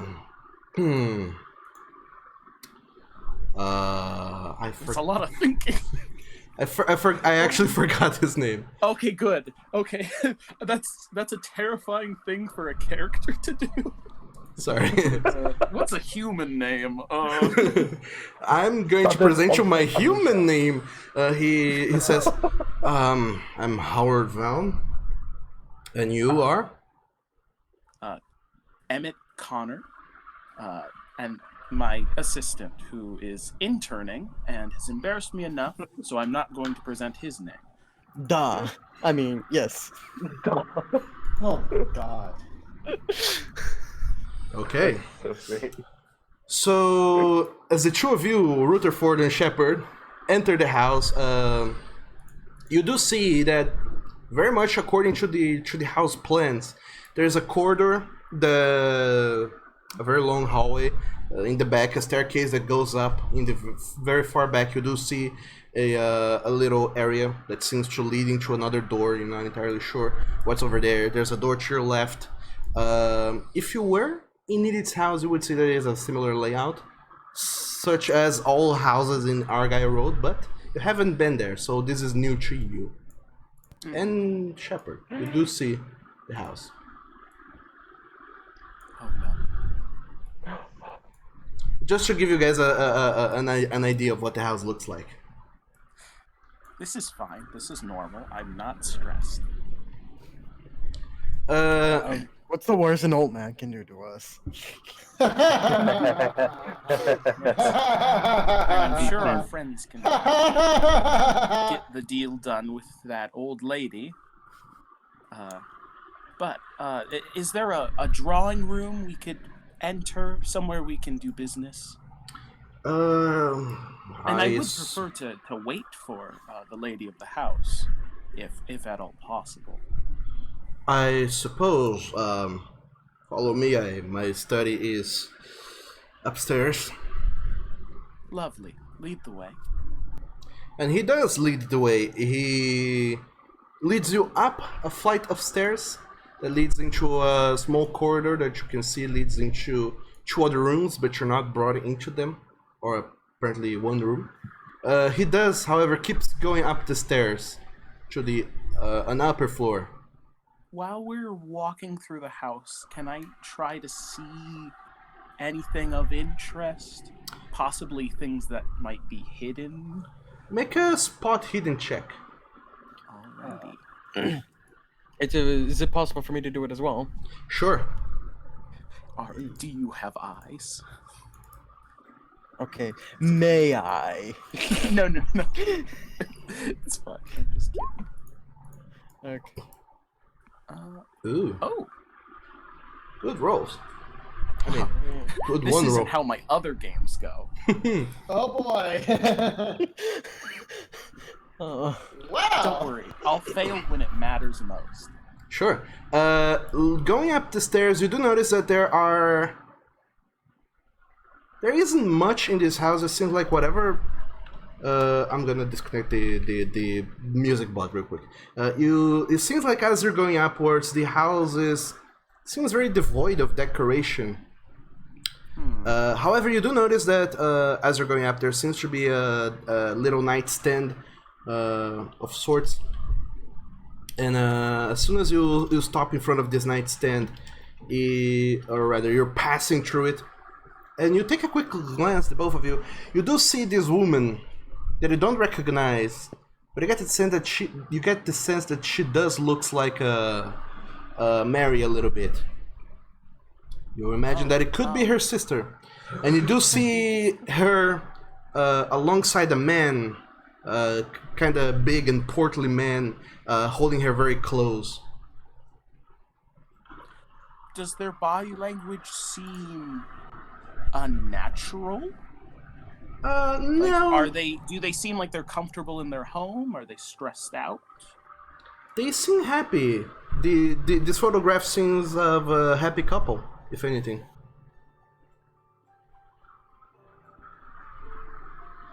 Okay. Then I guess we'll continue to go deeper. You get the sense that this might be Mary's sister, Victoria, and some man she's with, and she seems happy. So the co-owner of this house. You get the idea that it might be Howard, after all. Or at least what you heard of Howard, but this Howard in the photo does not look like the Howard that you're seeing in front of you. Yeah, and there's an extra man here. Because the only man that's been associated with their habitation is the man that Mary's sister married. So, I'm not saying this out loud, of course. Okay. I'm not drawing suspicion. Like, wait, who are you? For a moment, I thought you were. No. I want to live. Okay. I'm just. Those are the things that are crossing my mind, though. I ask. I will say, if Mary's sister is present, she might want to be present for the signing, considering she will most likely be the one to receive her sister's life insurance money. Do you say this out loud? Yes. I want to get as many people in one room, not occupying the house, as possible. Sure. This guy he just seems to nod and says, okay. If you have the documents, I'll gladly review them as we wait for the lady of the house over here. They need to be drawn up. My law firm prefers to do things in detail, custom to each customer. Well, I nod frantically. I have blank contracts listed in my possessions. So I present legal documents that are just not filled out. Can I have a look over them and go through some broad terms as we wait for the lady of the house? Of course, please, yes. Okay, here, this is my study. And he opens the door and leads you into this room.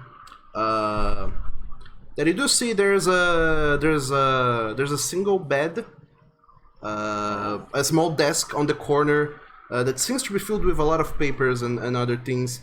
And he goes over to the desk that is by the window, and he stands there, and he opens up the window and looks outside.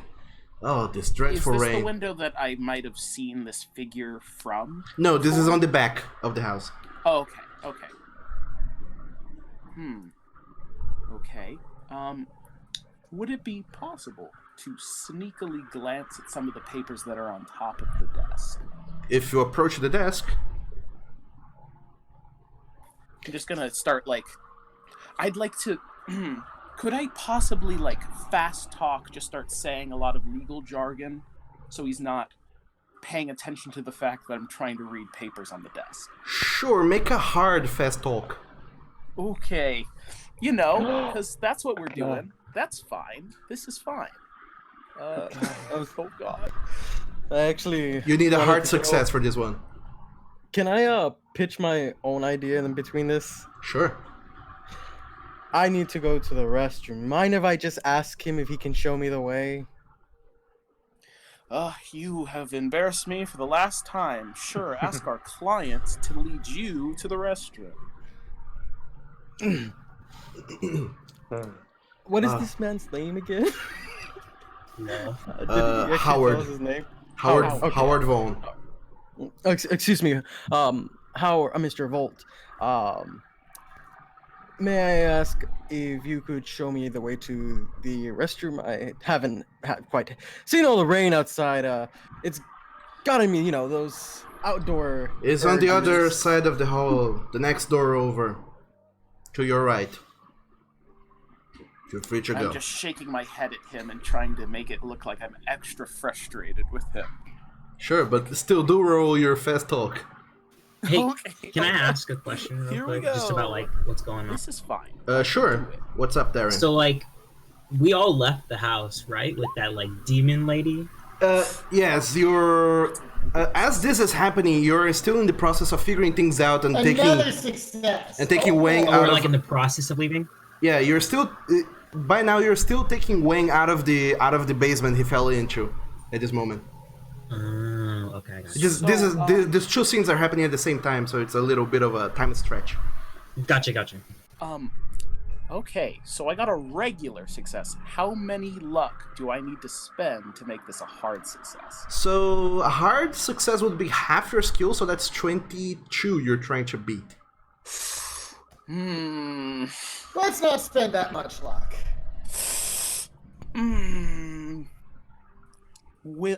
So You need to a spend hard 14 luck if you want to succeed this. That would be less than half of my luck.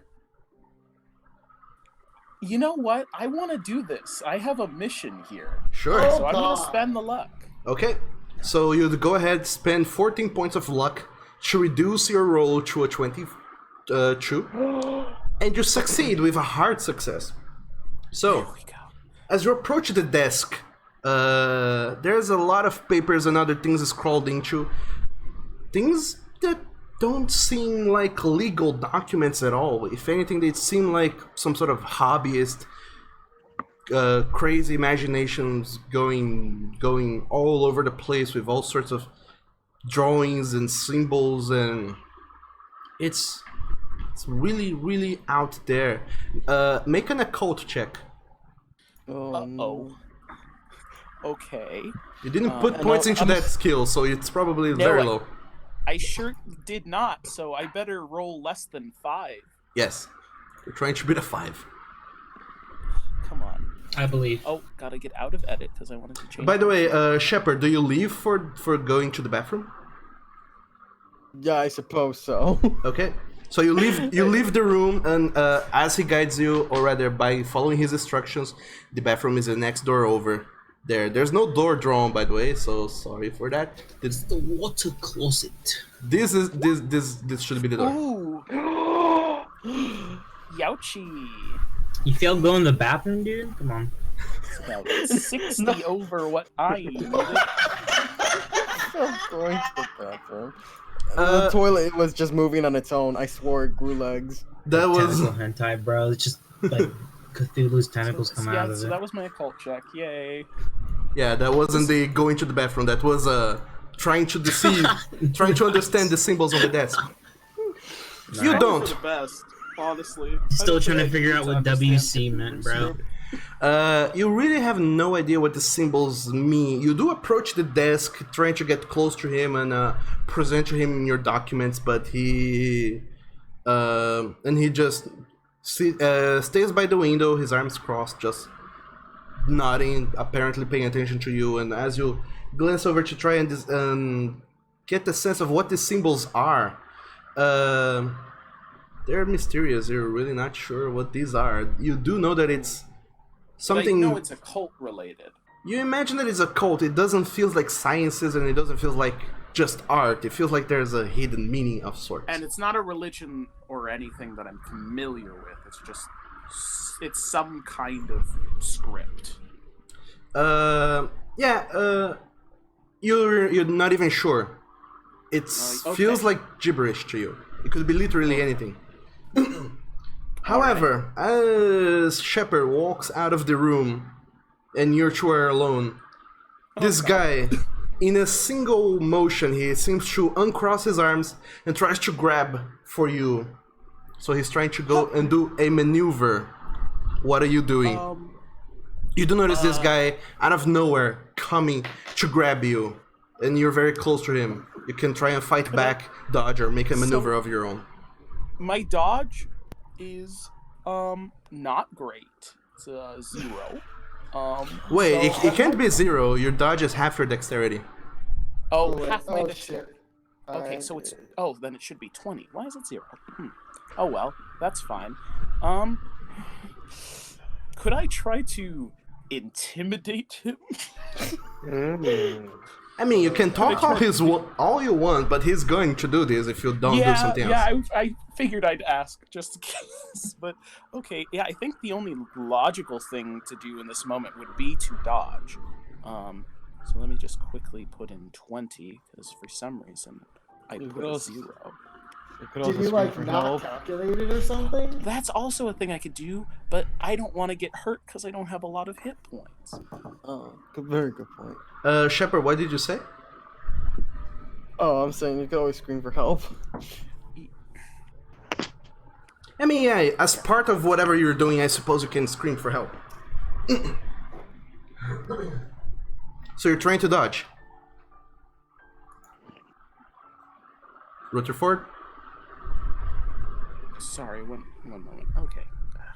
Technical difficulties, and I got the thing switched, and I can do my dodge, but can I be yelling bloody murder while rolling out of the way or whatever I'm doing? Sure.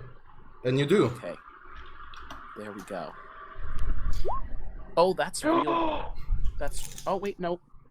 It's still a failure. You didn't beat a 20. Yeah, no, it's not 20, so, just going to edit skill. Meanwhile, he's going to try and roll his own maneuver to try and grab you. It was great being alive. Why was the chance this is what 0? I was talking about. It's a little bug. The chance wasn't 0. It was 20.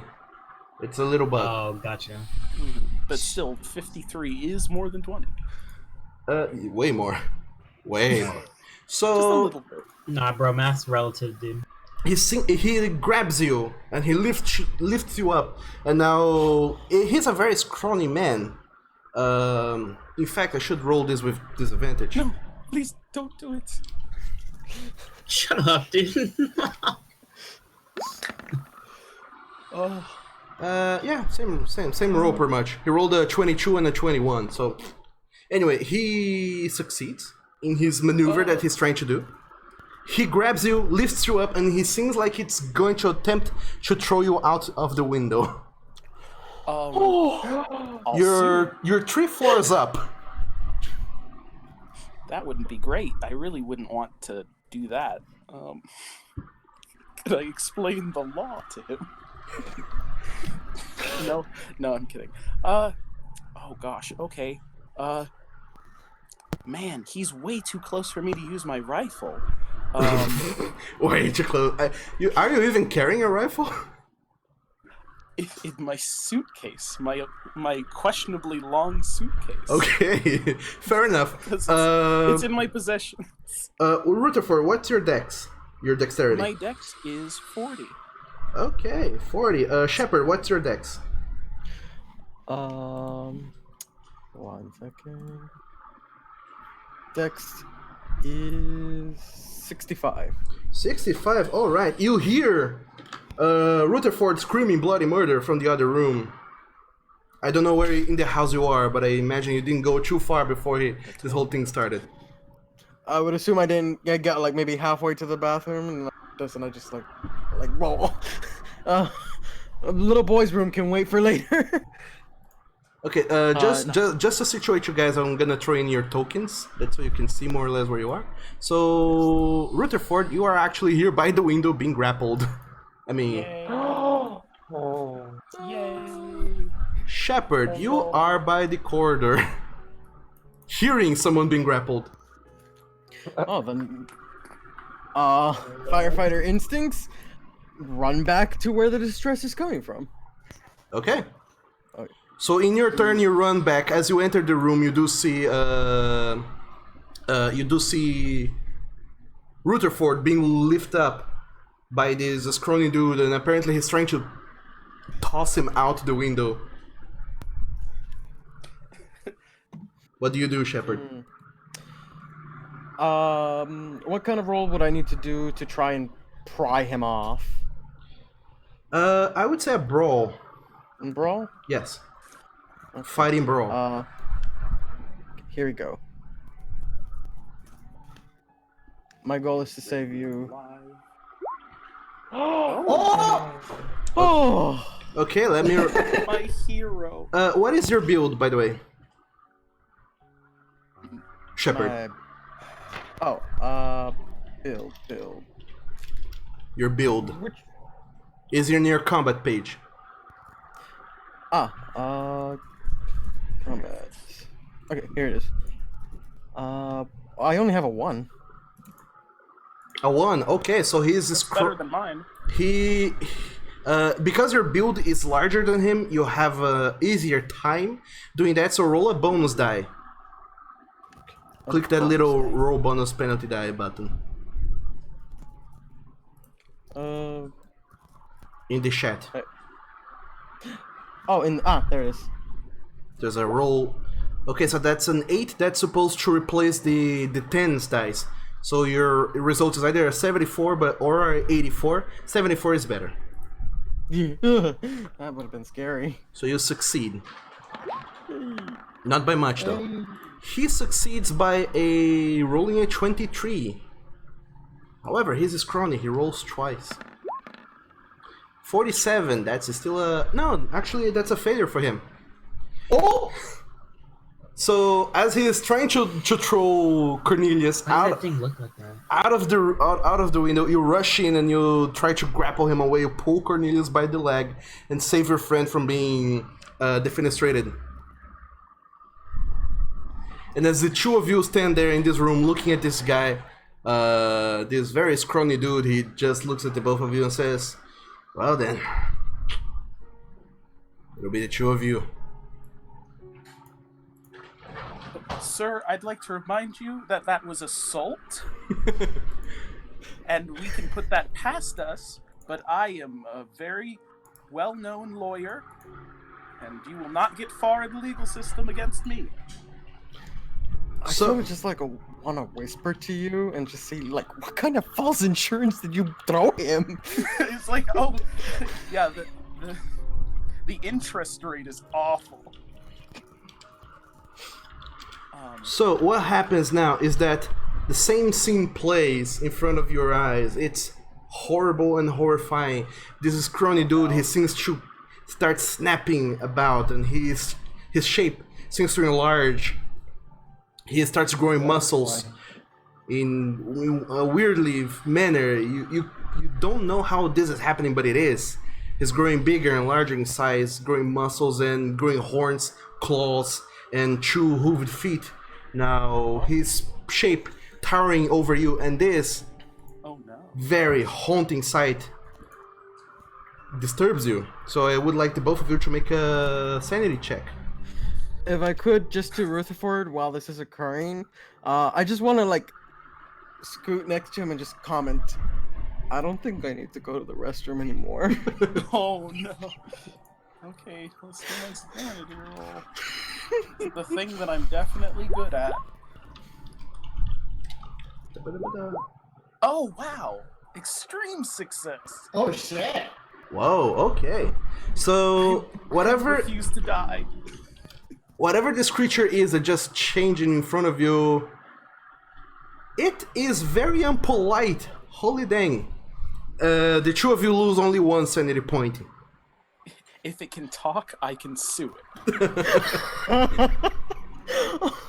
That is a very positive mentality to have.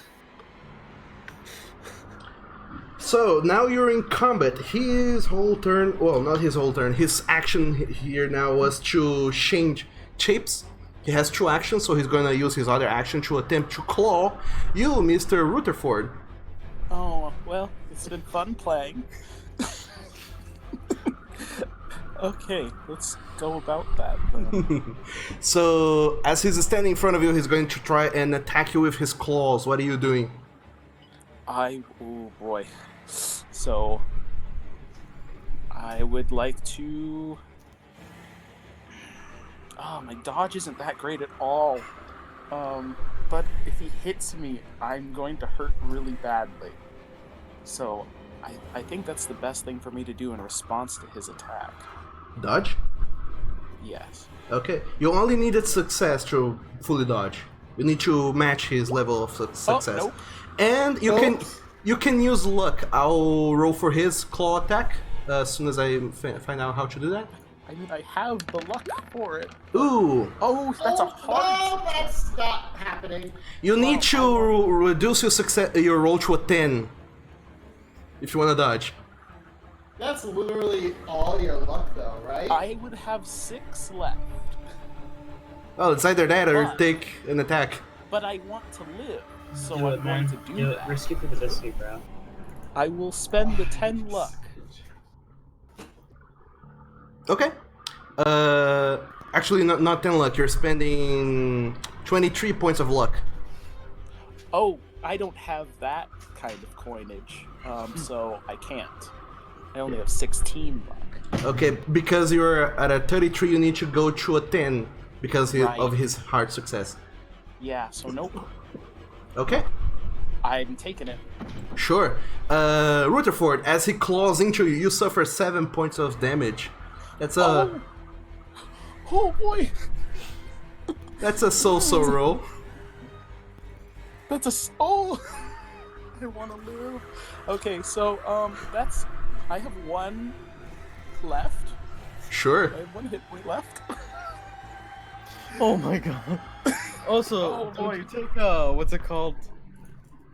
Suffer a like the lose consciousness thing? We're not gonna do that.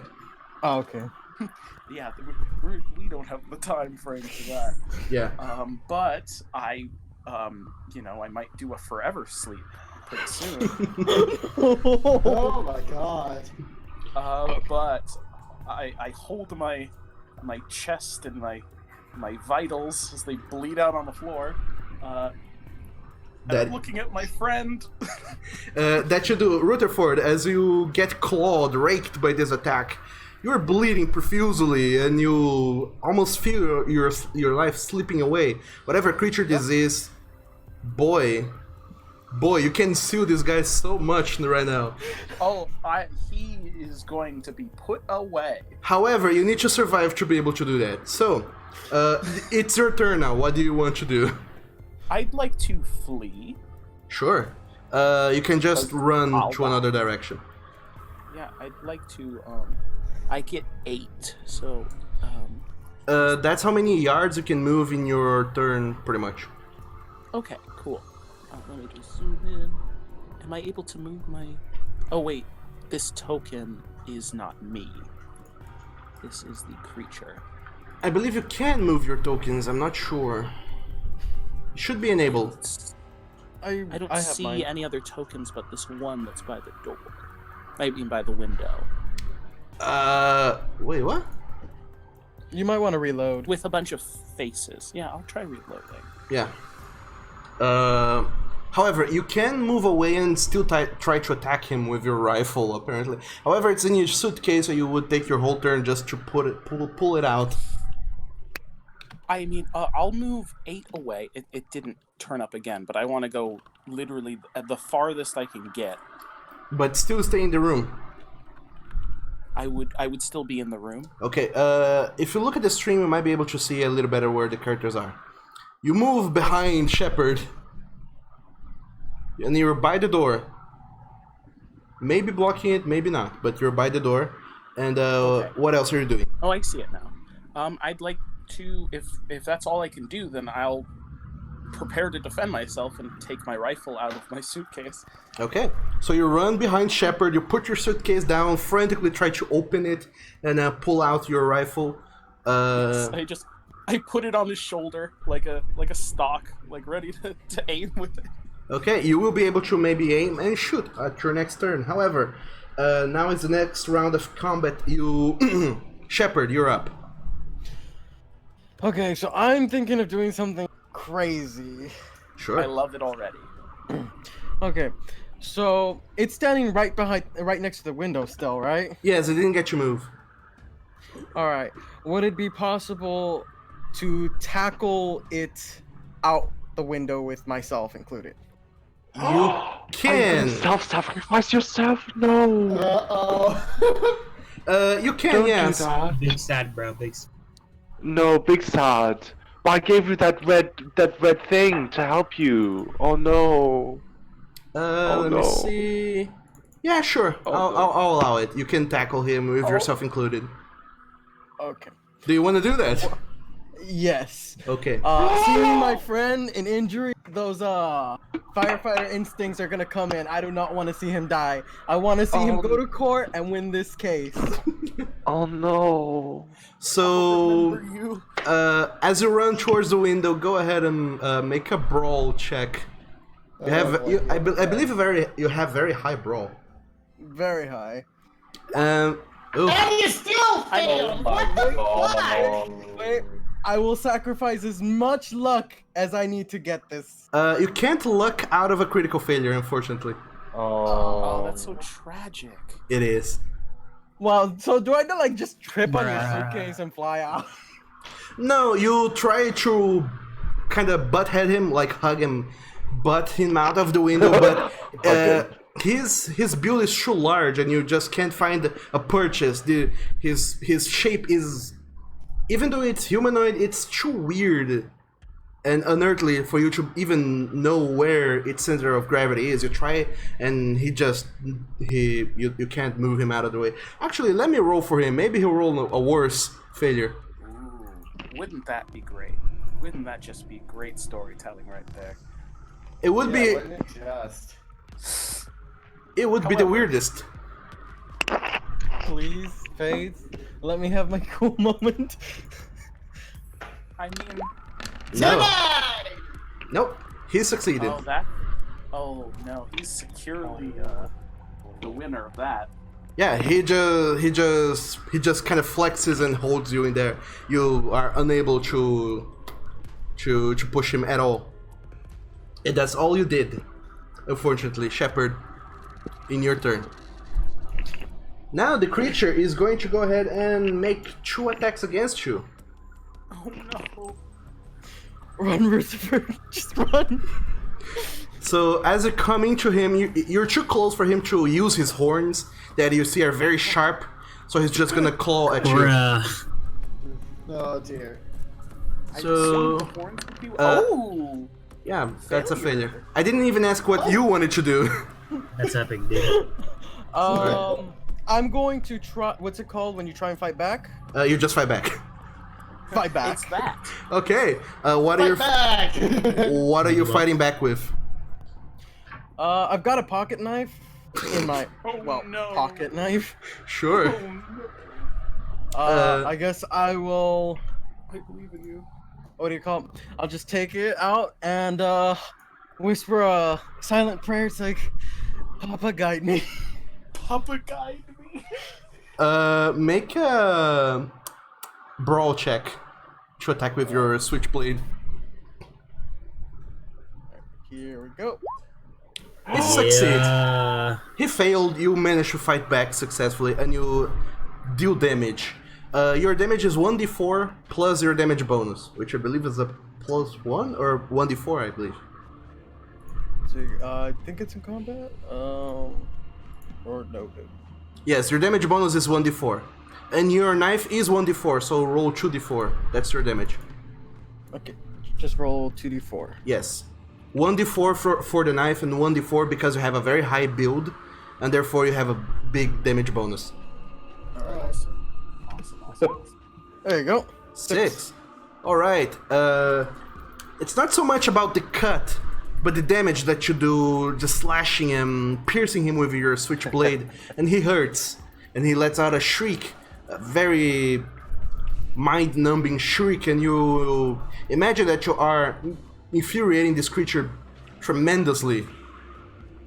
And Not as much as it's infuriating Rutherford. Look at him! I can practically see his guts on the floor. And the creature is going to try and attack you again. However, because this is the second time you're being attacked in this turn, you are considered overwhelmed. So he's going to try and claw at you again. What are you doing? Can I try and fight back again? Sure. I'm assuming same roll? Yeah, you roll again, a brawl. Alright. Go and throw the dice. Oh, my dog. Nice. Yeah, bitch! Yes. Yeah, no, that's not as good. That is a success, but your hard success is better than his, so you fight back. Roll damage. Again, with the 2d4? Yeah, 2d4. Bro, pass some of that luck over here like the beginning I'm of the rooting game. for you. You guys are There might be a marriage proposal Oh after this. my god. you guys are so goddamn lucky. Like, holy shit. I got the snake eyes. So Rutherford, your ears in the fire brigade has given you very quick reflexes, and as he tries to claw you twice, to dodge to one side and strike back, then to another side and slash back at this creature. Boy, you're really doing very well in this fight. But how long will your luck last? Rutherford, you're up. Okay, so I'm going to attack. I'm going to fire once with my rifle and then run away. Sure, fair enough. So you do go ahead and make an fighting rifle / shotgun skill. It's a... Yes, I have that. However, you are firing into combat, which means you'll do so with a penalty die. So you roll twice and pick the lowest result. All right. I mean the worst result, which is the highest actually. Because Shepard is there. I'm sorry. No, it's okay. Oh. That's a success. Cool. Epic. And then the second one. Yes. No! That's literally the opposite of what I wanted. And you know what? That's okay. I am at 1 hit point, so... Sure, roll Can't damage. expect great marking this show.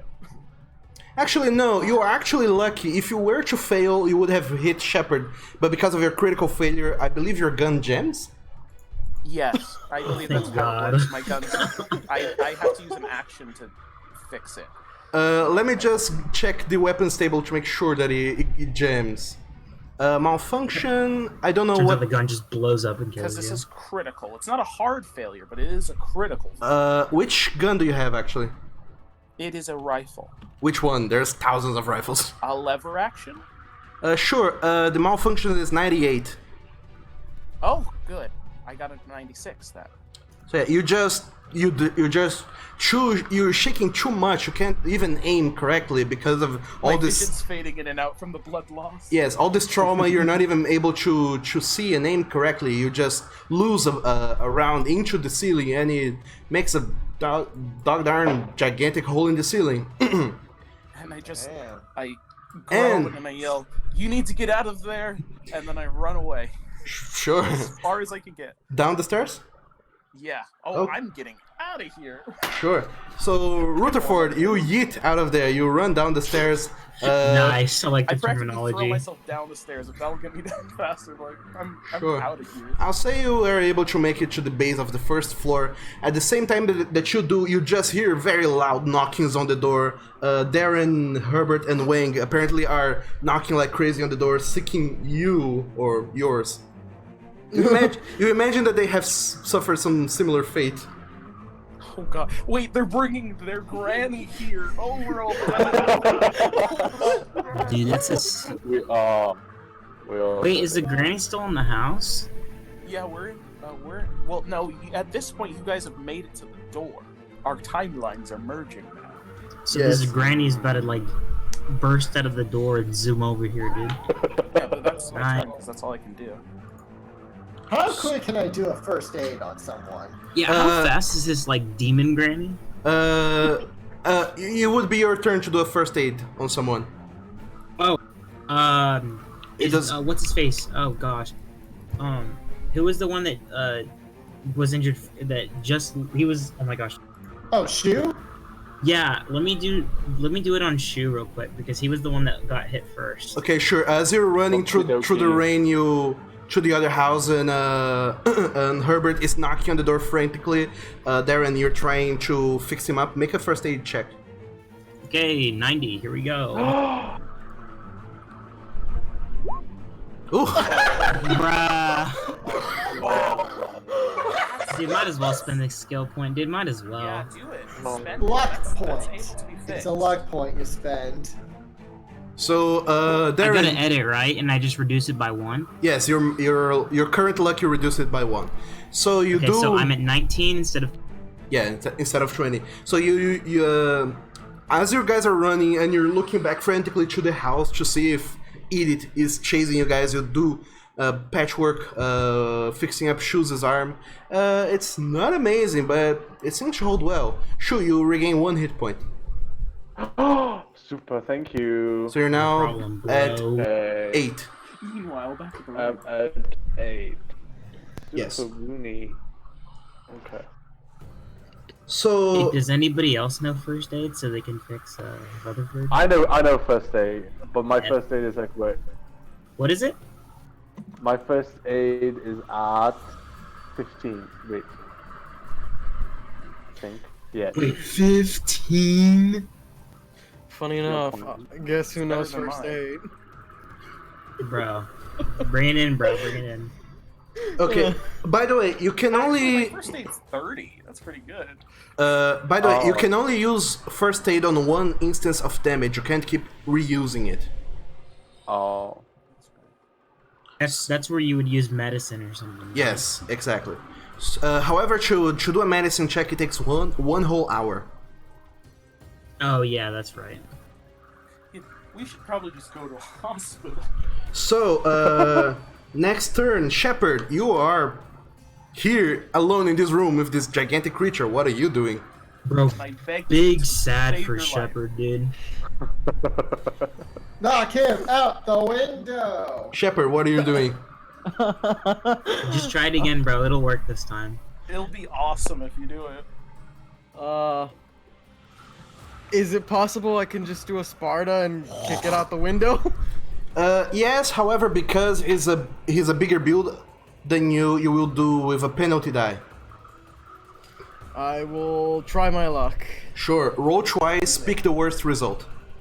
Alright, You brawl? can do this. Yeah, brawl. It's going to be so awesome when you do this. First one. Okay. One success! Okay. Ooh! Yes! Yes! Both are Yeah. success!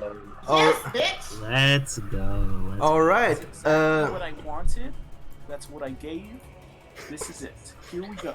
It is a maneuver though, so he gets It to is what it is. he gets to try and attack you, and he will try to attack you, and that's a failure. Cool. Beautiful. Beautiful. Shepard, you see as you notice Rutherford try to shoot this very big hole into the ceiling. The two of you look at this hole alarmed, but you take your opportunity now that the creature is distracted. You take 1 step back, lift your leg, and do the most daring Sparta kick that you can do. And as you do, you punt this monster out of the window. It breaks part of the glass paneling, and it falls 1 floor, 2 floor. It goes past the ground floor and into the basement floor, into the backyard. The creature Run! Run! splatters on the ground and lays there completely immobile. It's dead. Oh my god! You did We it! killed it! So I you swear I'll make a movie about this one day. So in the very left corner of the map, you can see the backyard. The creature just splattered on the floor. God, And that's your turn. what a turn. However, Shu, Darren, and Herbert, you see now out of the house on the other side, you do see this monstrous creature running towards you. Oh shit. Don't Oh, you bring shit. your garbage here. Oh shit. He runs and is going to try and rake the closest creature that he can. That is you, Shu. Oh, Oh lord! So Shu, Wait, you what you see the granny, quote unquote, Did running you eat over him? to you and trying to claw at you. Okay. I'm gonna. Well, he failed, so. Yeah, I shouldn't have rolled. But what are you trying to do? I'm gonna dodge. Okay. Make a roll. Sure. Oh, okay. Oh, Nice, thank good job. God! As you see the Okay. granny coming your way, you just dodge out of the way now. With the help of Darren, who pulls you by the arm to get you out of harm's way, and now the three of you are in the sidewalk. A Got closed that door. body 70, bro. Body 70. There's a closed door blocking you from safety, probably, and there's this angry monster across the right in front of Shu. Next up is you, Shu. It's your turn. Again. Okay. I'm going. I'm going to use my letter opener again to stab it. Okay. Just stab at it randomly. Yeah. Uh, Because That that. on me? My dog, you guys are rolling so great. Yes. Yes. Bro, Cthulhu is shining his graciousness upon us, dude. She's not gonna try and dodge. She's gonna hustle this bitch. blessings be to Cthulhu. she's gonna try and attack back you. Okay. She fails. Yes. Oh yes, yes.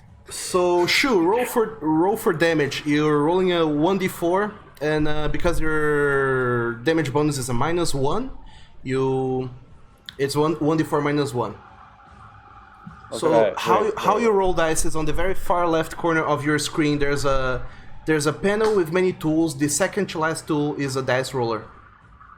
Okay. If you cool. hover over, Found you will it. see a d4. Click on Found all it. that. Roll 1d4 Yes. -1. No, yeah, we'll calculate the -1 ourselves. Just roll a d4. Later. Okay. 1d4. Okay, so that's 2 -1. You deal 1 point of damage. Okay. Strike true. Cool. And that's your turn.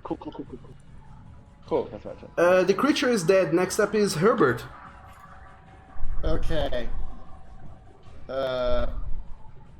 Not the one Shu was fighting. Come again? The creature Shu was fighting is not dead, right? Yeah, it's right in front of you. It's there's you, Darren, and Shu, and the creature, and it's still up. Well, I have a brawl of 25, so I'm not going to try to fight it. I mean, you guys have been rolling great tonight. Yeah. I'm Heart not- of the cards, bro. Heart of the cards. Can I try to kick the door? Sure. Make a strength roll. Which I am probably going to fail. 'cause Just see it's- Rutherford screaming, pointing a rifle at you. I've got a. Yeah, I have a strength of 20. This is not going to end well. You can do it. I believe it. We believe it. Heart of the cards, believe. Oh, that's. Oh, awful. never mind. Yeah, see, there you go. Herbert, as you try to kick the door, you cannot really find the footing. The stairs are too slick from all this rain that keeps pouring down. What a pussy, dude. It's kidding, not I'm kidding. my Love you, fault love you. he's a Love you, love you. thin-ass man for doing... Only love, bro. Only love. So, Herbert, with that, it concludes your turn. Oh, can I do something else? It was your whole turn to try and do that. You can at most move a little bit out of the way if you want. Yeah, I'm gonna end it there. Okay. So you take cover behind Darren and Shu. Hopefully you will be the last victim. Nice. Next up, Darren. What are you doing?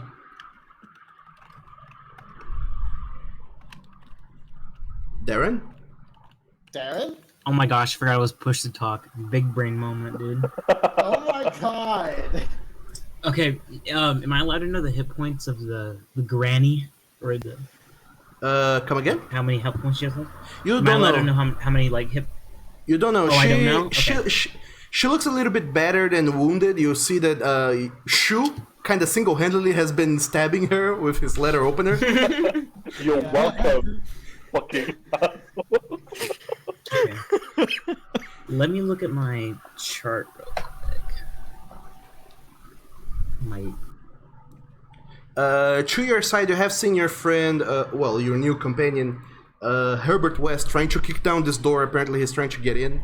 And on the other side, you do see Shu single-handedly fencing off this creature, and they're trading blows left and right.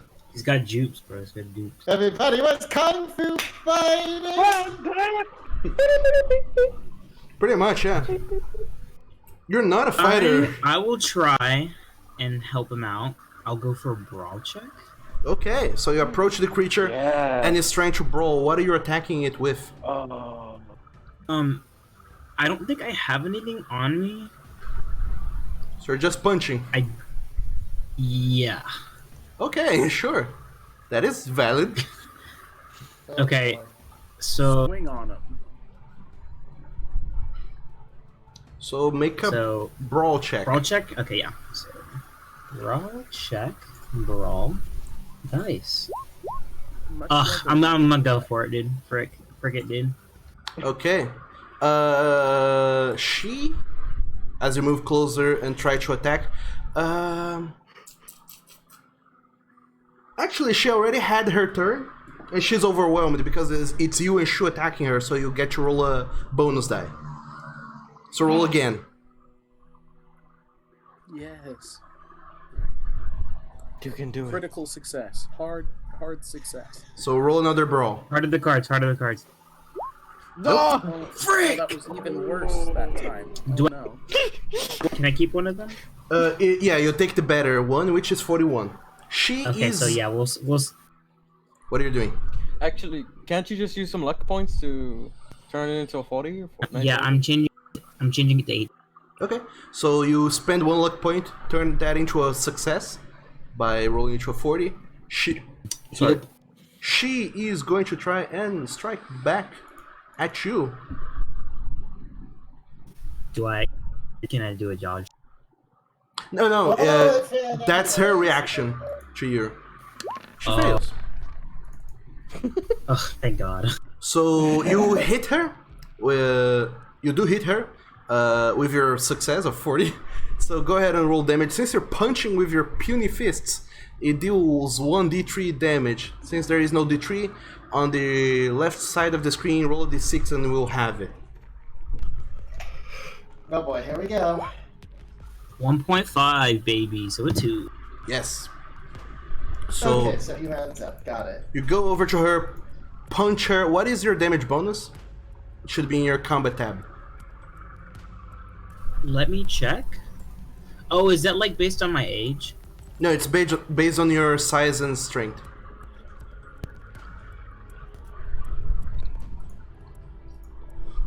Your damage bonus is Just a 0. second.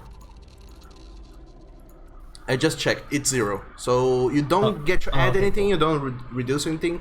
She suffers 2 points of damage. Nice.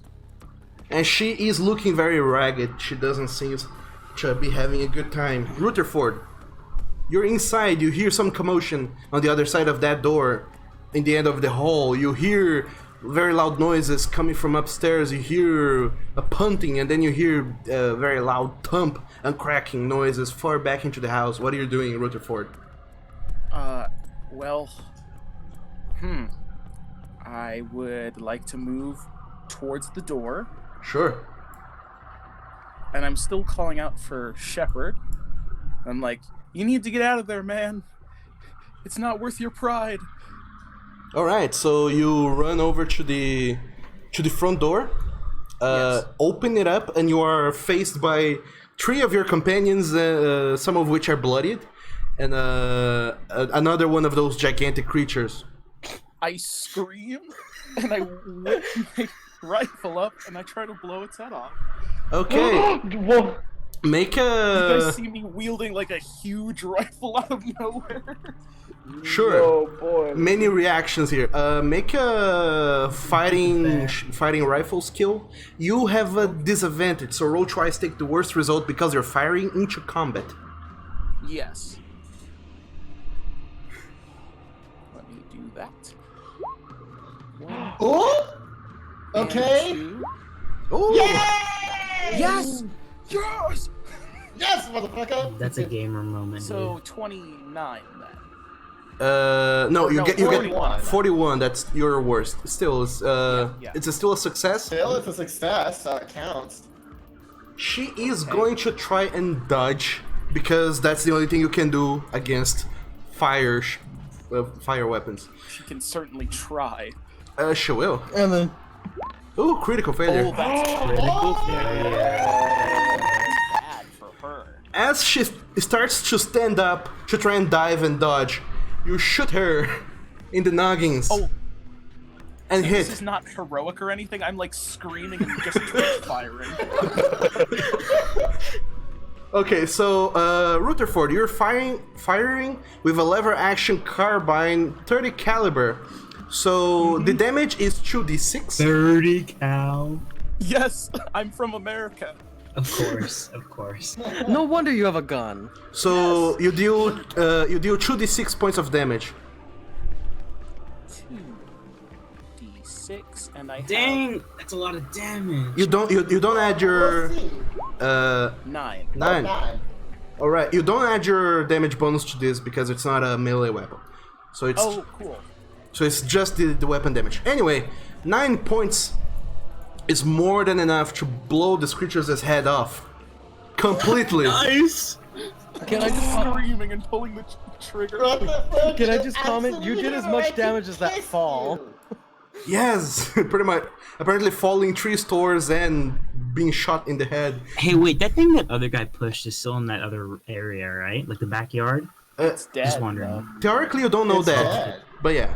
And I can't answer that question for you because I left. Yeah, theoretically you don't know that, but yes, it is still there and it is guess- dead. I just kind of get woozy and lean against the door frame, using the rifle as a crutch. I feel like you're just saying, I'm gonna sue everything. I'm on my way, dude. Wait till my next turn, bro. So, all of you now stop, breathe heavily, looking at one another, painting severely, some of you bleeding. Rutherford, you're practically... I'm bad. You're I am bad. practically Yes, gone. we're dying, man. I'm literally have 1 hit point left. Yes. However, you do now see that this creature in the floor before you, this monstrosity, it starts reverting its form and shrinking back into the form of Edith. Oh no. Without We the don't want head. that. Oh, we don't want that. No. So you now see a headless, older lady crumpled on the Oh, floor, no. bleeding Wearing profusely. clothes? Yes, there's some tattered clothes covering her, but still, she's bleeding quite a lot. The rain is spreading it very far. And a lot of people are coming to the windows after hearing 2 loud gunshots. Bro, you serious? Or... Oh dear. One. You know, I don't think life at prison. Yeah, I don't think you can life insurance your way out of this one, dude. I know. You'd be surprised. Guys, blame it on So the I just Asian blew this and lady's go. head off. Would you like to know about Geico insurance, or...? Geico insurance. I cock my rifle and say, "You should have insured." Nice. So, Would anyone like to help me drag this body in before anyone can make out what this is? Nah. No. No. Yes, let's do it. Let's just bring it back in the backyard. I need to go I'll help, you drag.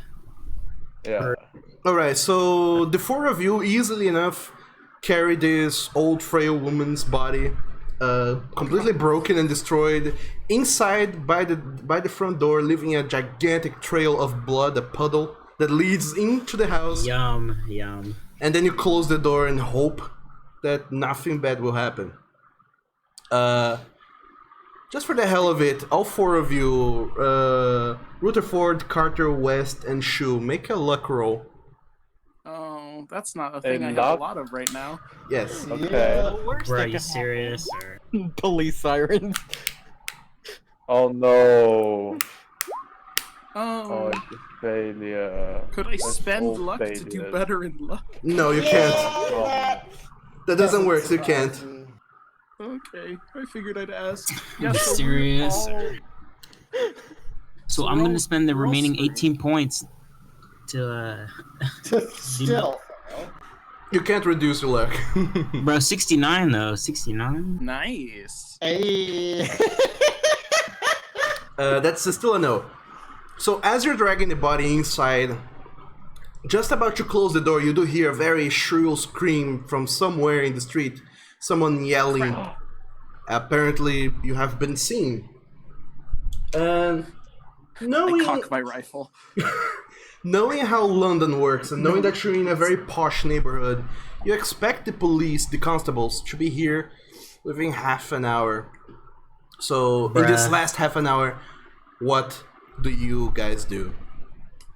Okay. I let Okay. them know that there was a lot of documents upstairs and to check on Shepard because he was fighting that thing by himself, and I don't know what became of him. Okay. As I hold my side, bleeding out. Okay. I am not going back upstairs if that thing, the last place I knew that thing to be was upstairs. Okay. Actually, can I just meet them like on the way down the stairs at this point? Yeah. Sure, Shepard, you come down the stairs completely unscathed, not a single scratch Shepard, on you. my hero. My knight in shining armor, you saved me. And then I just like notice the grandma, and I look at the other three, and I'm just like, what did you do? It was just an old lady. Oh no, it was not an old lady. It was a monster somehow. You I know, would be very interested to see everything how that it has turned happened into today, that.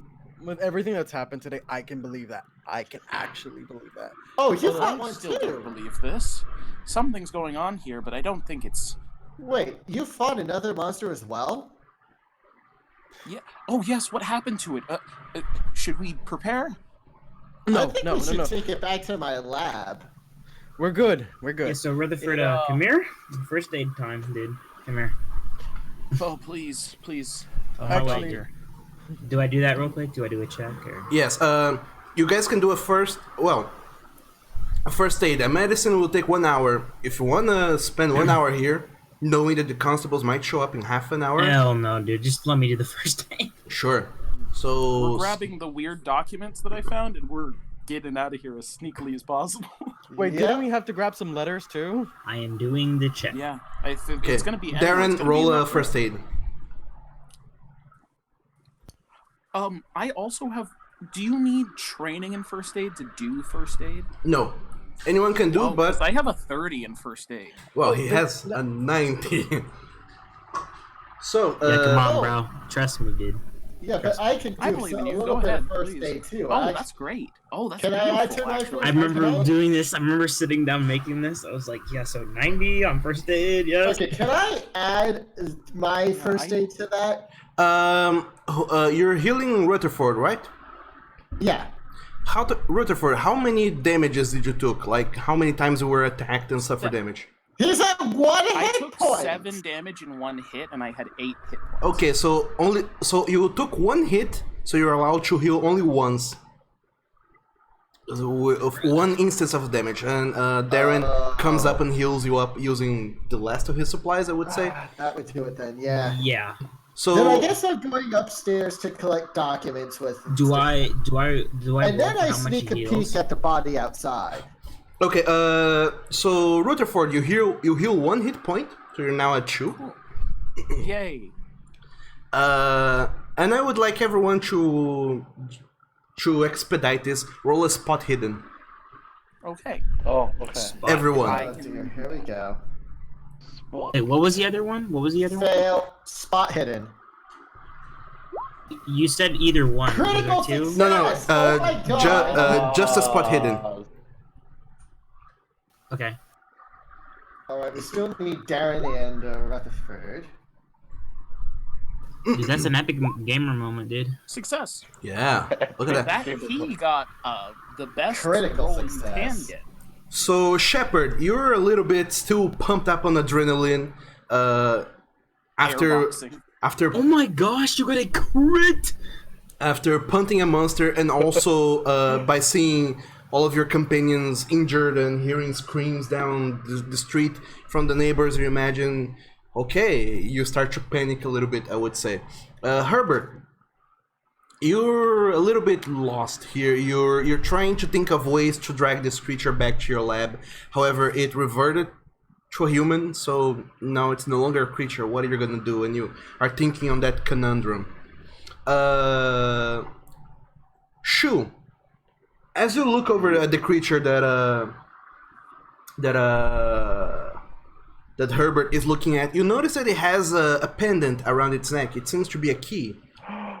And you pull out this key and you think about it for a little bit, and a spark of insight comes into you. Maybe the other one has a key too. Oh my god. So I would say to expedite things. The rest of you, Darren and Rutherford, you kind of split. Rutherford, you go over all the house looking for everything. Eventually, you do find a locked chest.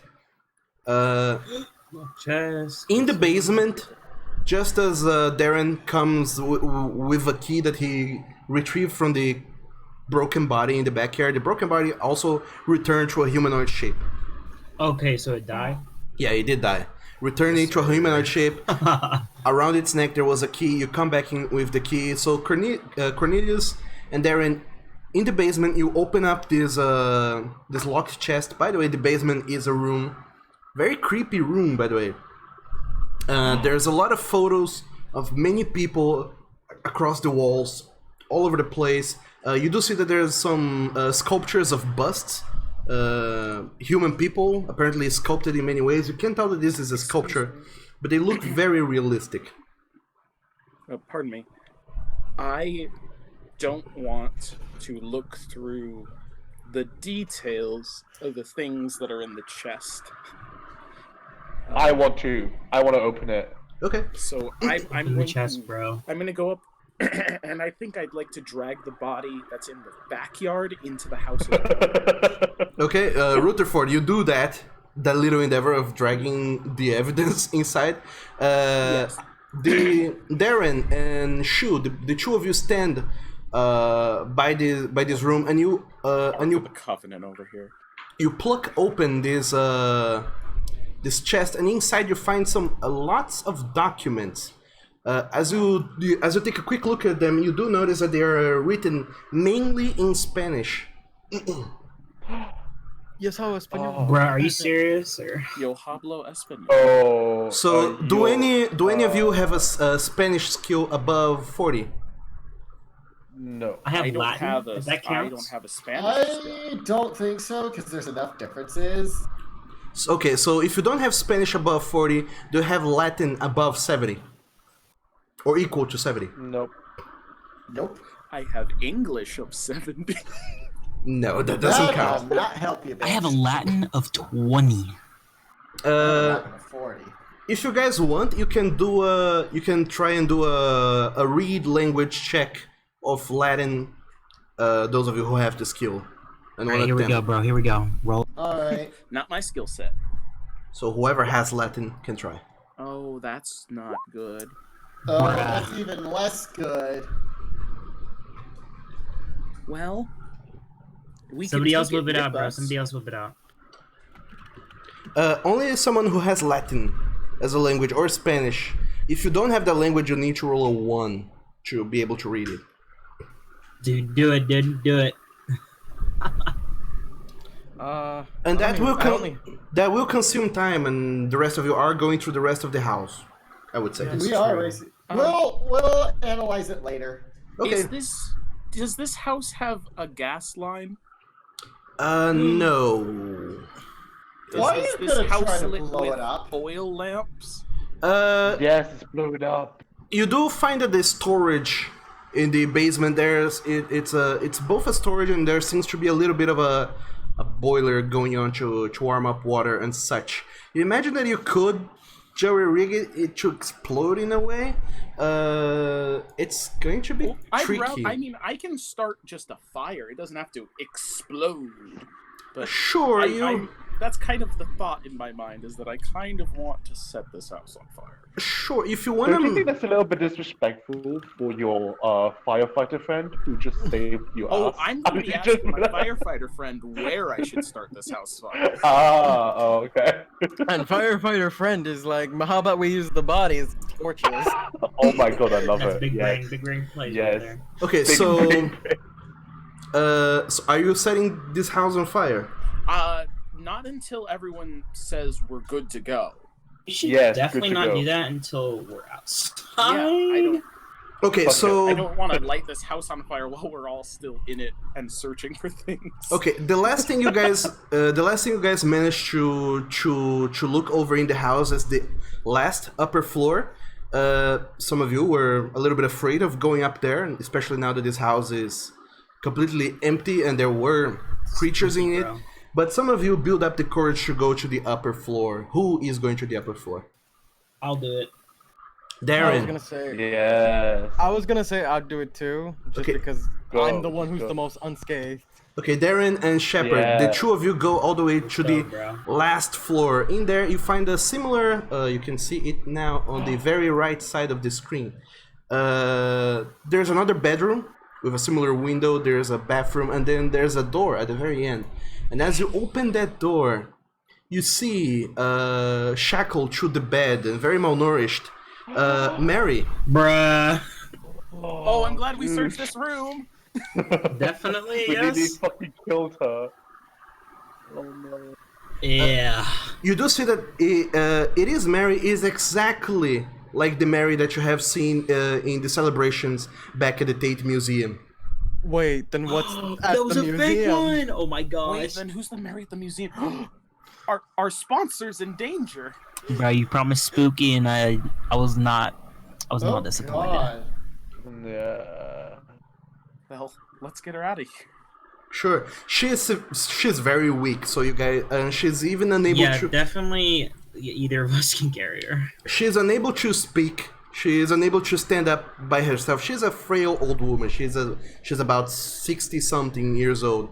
However, the two of you do carry her up and out of this room, being very careful. As you walk away, you do see that there is a typewriter on the floor, several scrapped letters that apparently she was trying to write. Apparently she spent a lot of time alone in this room trying to write a message of help. And fortunately, one finally came true. Oh God. So, with your remaining 5 minutes before you imagine the constables will show up, what do you do? What? You imagine you have at least some 5 minutes before the constables show up. Rutherford, you gather all the documents. Shu, you have the box with the book that nobody could read, and you imagine that whatever it is that Mr. Copeland asked you to retrieve, you probably have it. It's somewhere in all of this mess, but that's not our job to figure out. Okay, so Guys. use the bodies and we light this bitch up. Yes. Guys, I'm gonna be honest. It may not sound like the most best thing to do, but if we get caught, things are only gonna get worse. Can I do a law roll? I was gonna say, we do have a lawyer. He is injured. Maybe come up with a legal scheme so that we can, if we do get caught, we can kind of explain our way out of this. Sure, make a hard law check. Why did I not put more into this? You are a lawyer. You are I know. a lawyer. I have 40 in this. Sure. That's fine. This is fine. Oh, It's no. already not fine. I don't see any legal loopholes in this one, buddy. Unfortunately, not. In theory, it was self-defense, but you cannot prove that. The persons that were attacking you are completely destroyed. They look way more damaged than you. There's no witness other than the ones that saw you committing some sort of crime. You imagine that there's really no way about it. The best thing we could do is get rid of all of the evidence and hope that we can get enough distance from this. We don't know if they got a clear sight of us. They might have seen some men doing some things, but we're regular citizens. So act like regular citizens as we quickly vacate this area. Okay. And I start laying down the lighter fluid, or the lamp fluid over the bodies and over the door, because I don't want them to come in very quickly. Okay. So Rutherford, you're trying to set this house on fire. I'm going to. Once everyone's in position, I'm just laying down the fuel for it. Okay. It does take a little bit of time, so you don't do as well a job of arsoning up this house as you can. But you're trying. I'm not painting the fuel on here. I'm just splashing. Yeah, you're trying to do this as fast as you can, so it's not great, but still, make a luck roll. Oh, that's not a thing I'm very good at. I should have been the one doing it. Yeah, it's fine. If I roll amazing, then it should be fine. Nope.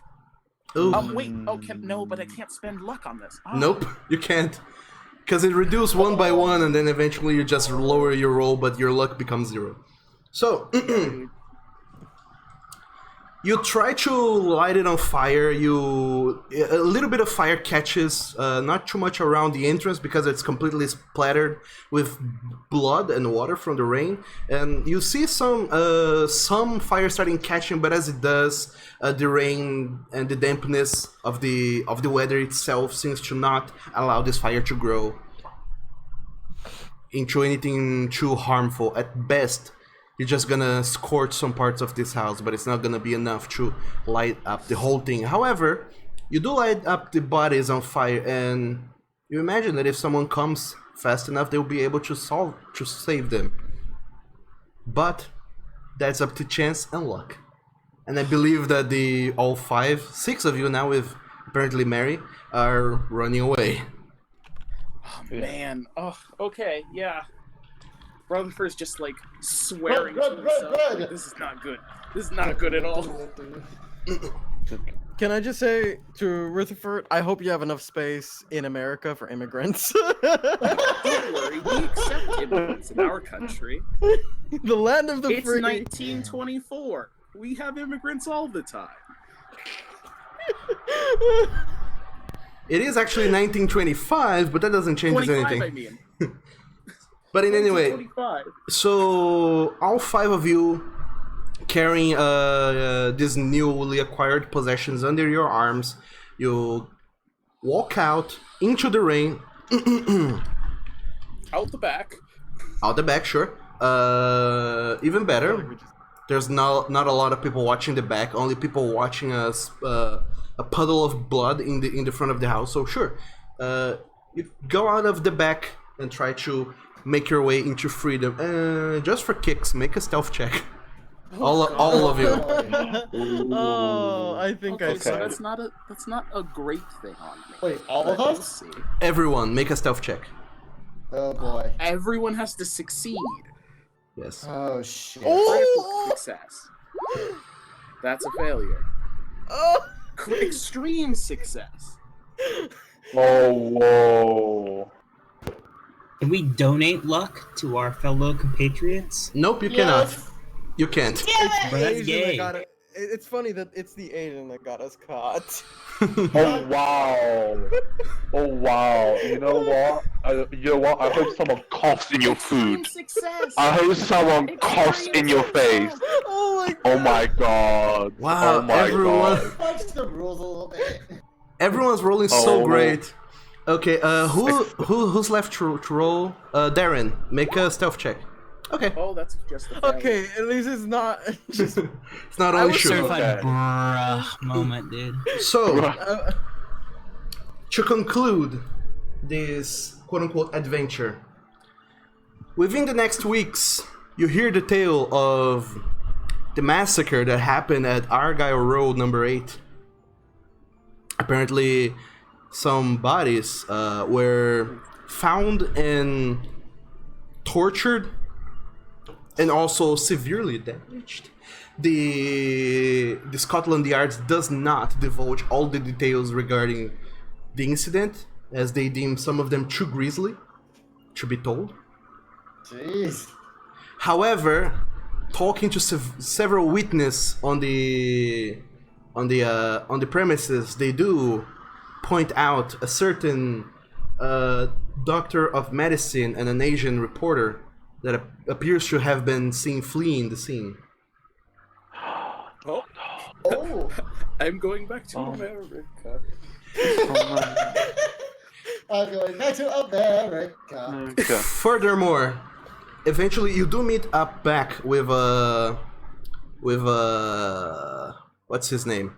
Copeland, Emmett Copeland, who congratulates you on a job well done. He assures some of your friends, Darren Carter and Wang Shu, that he will pull some strings and try to free you of any charges. Within his power, he's not almighty. He will do what he can to try and save some of you, and he does congratulate you on a job done. Maybe not well, but done regardless. Wow. I mean, you guys... You know, just for story flavor, can I do a psychology check on him to see if he is who I think he is? Sure. Because oh, we no. know that there was a copy that went to visit him. Yes. Make a psychology check, Rutherford. As some of you are able to freely talk with Emmett Copeland. You talk to him as he goes visit you in the hospital, as you are interned for a while.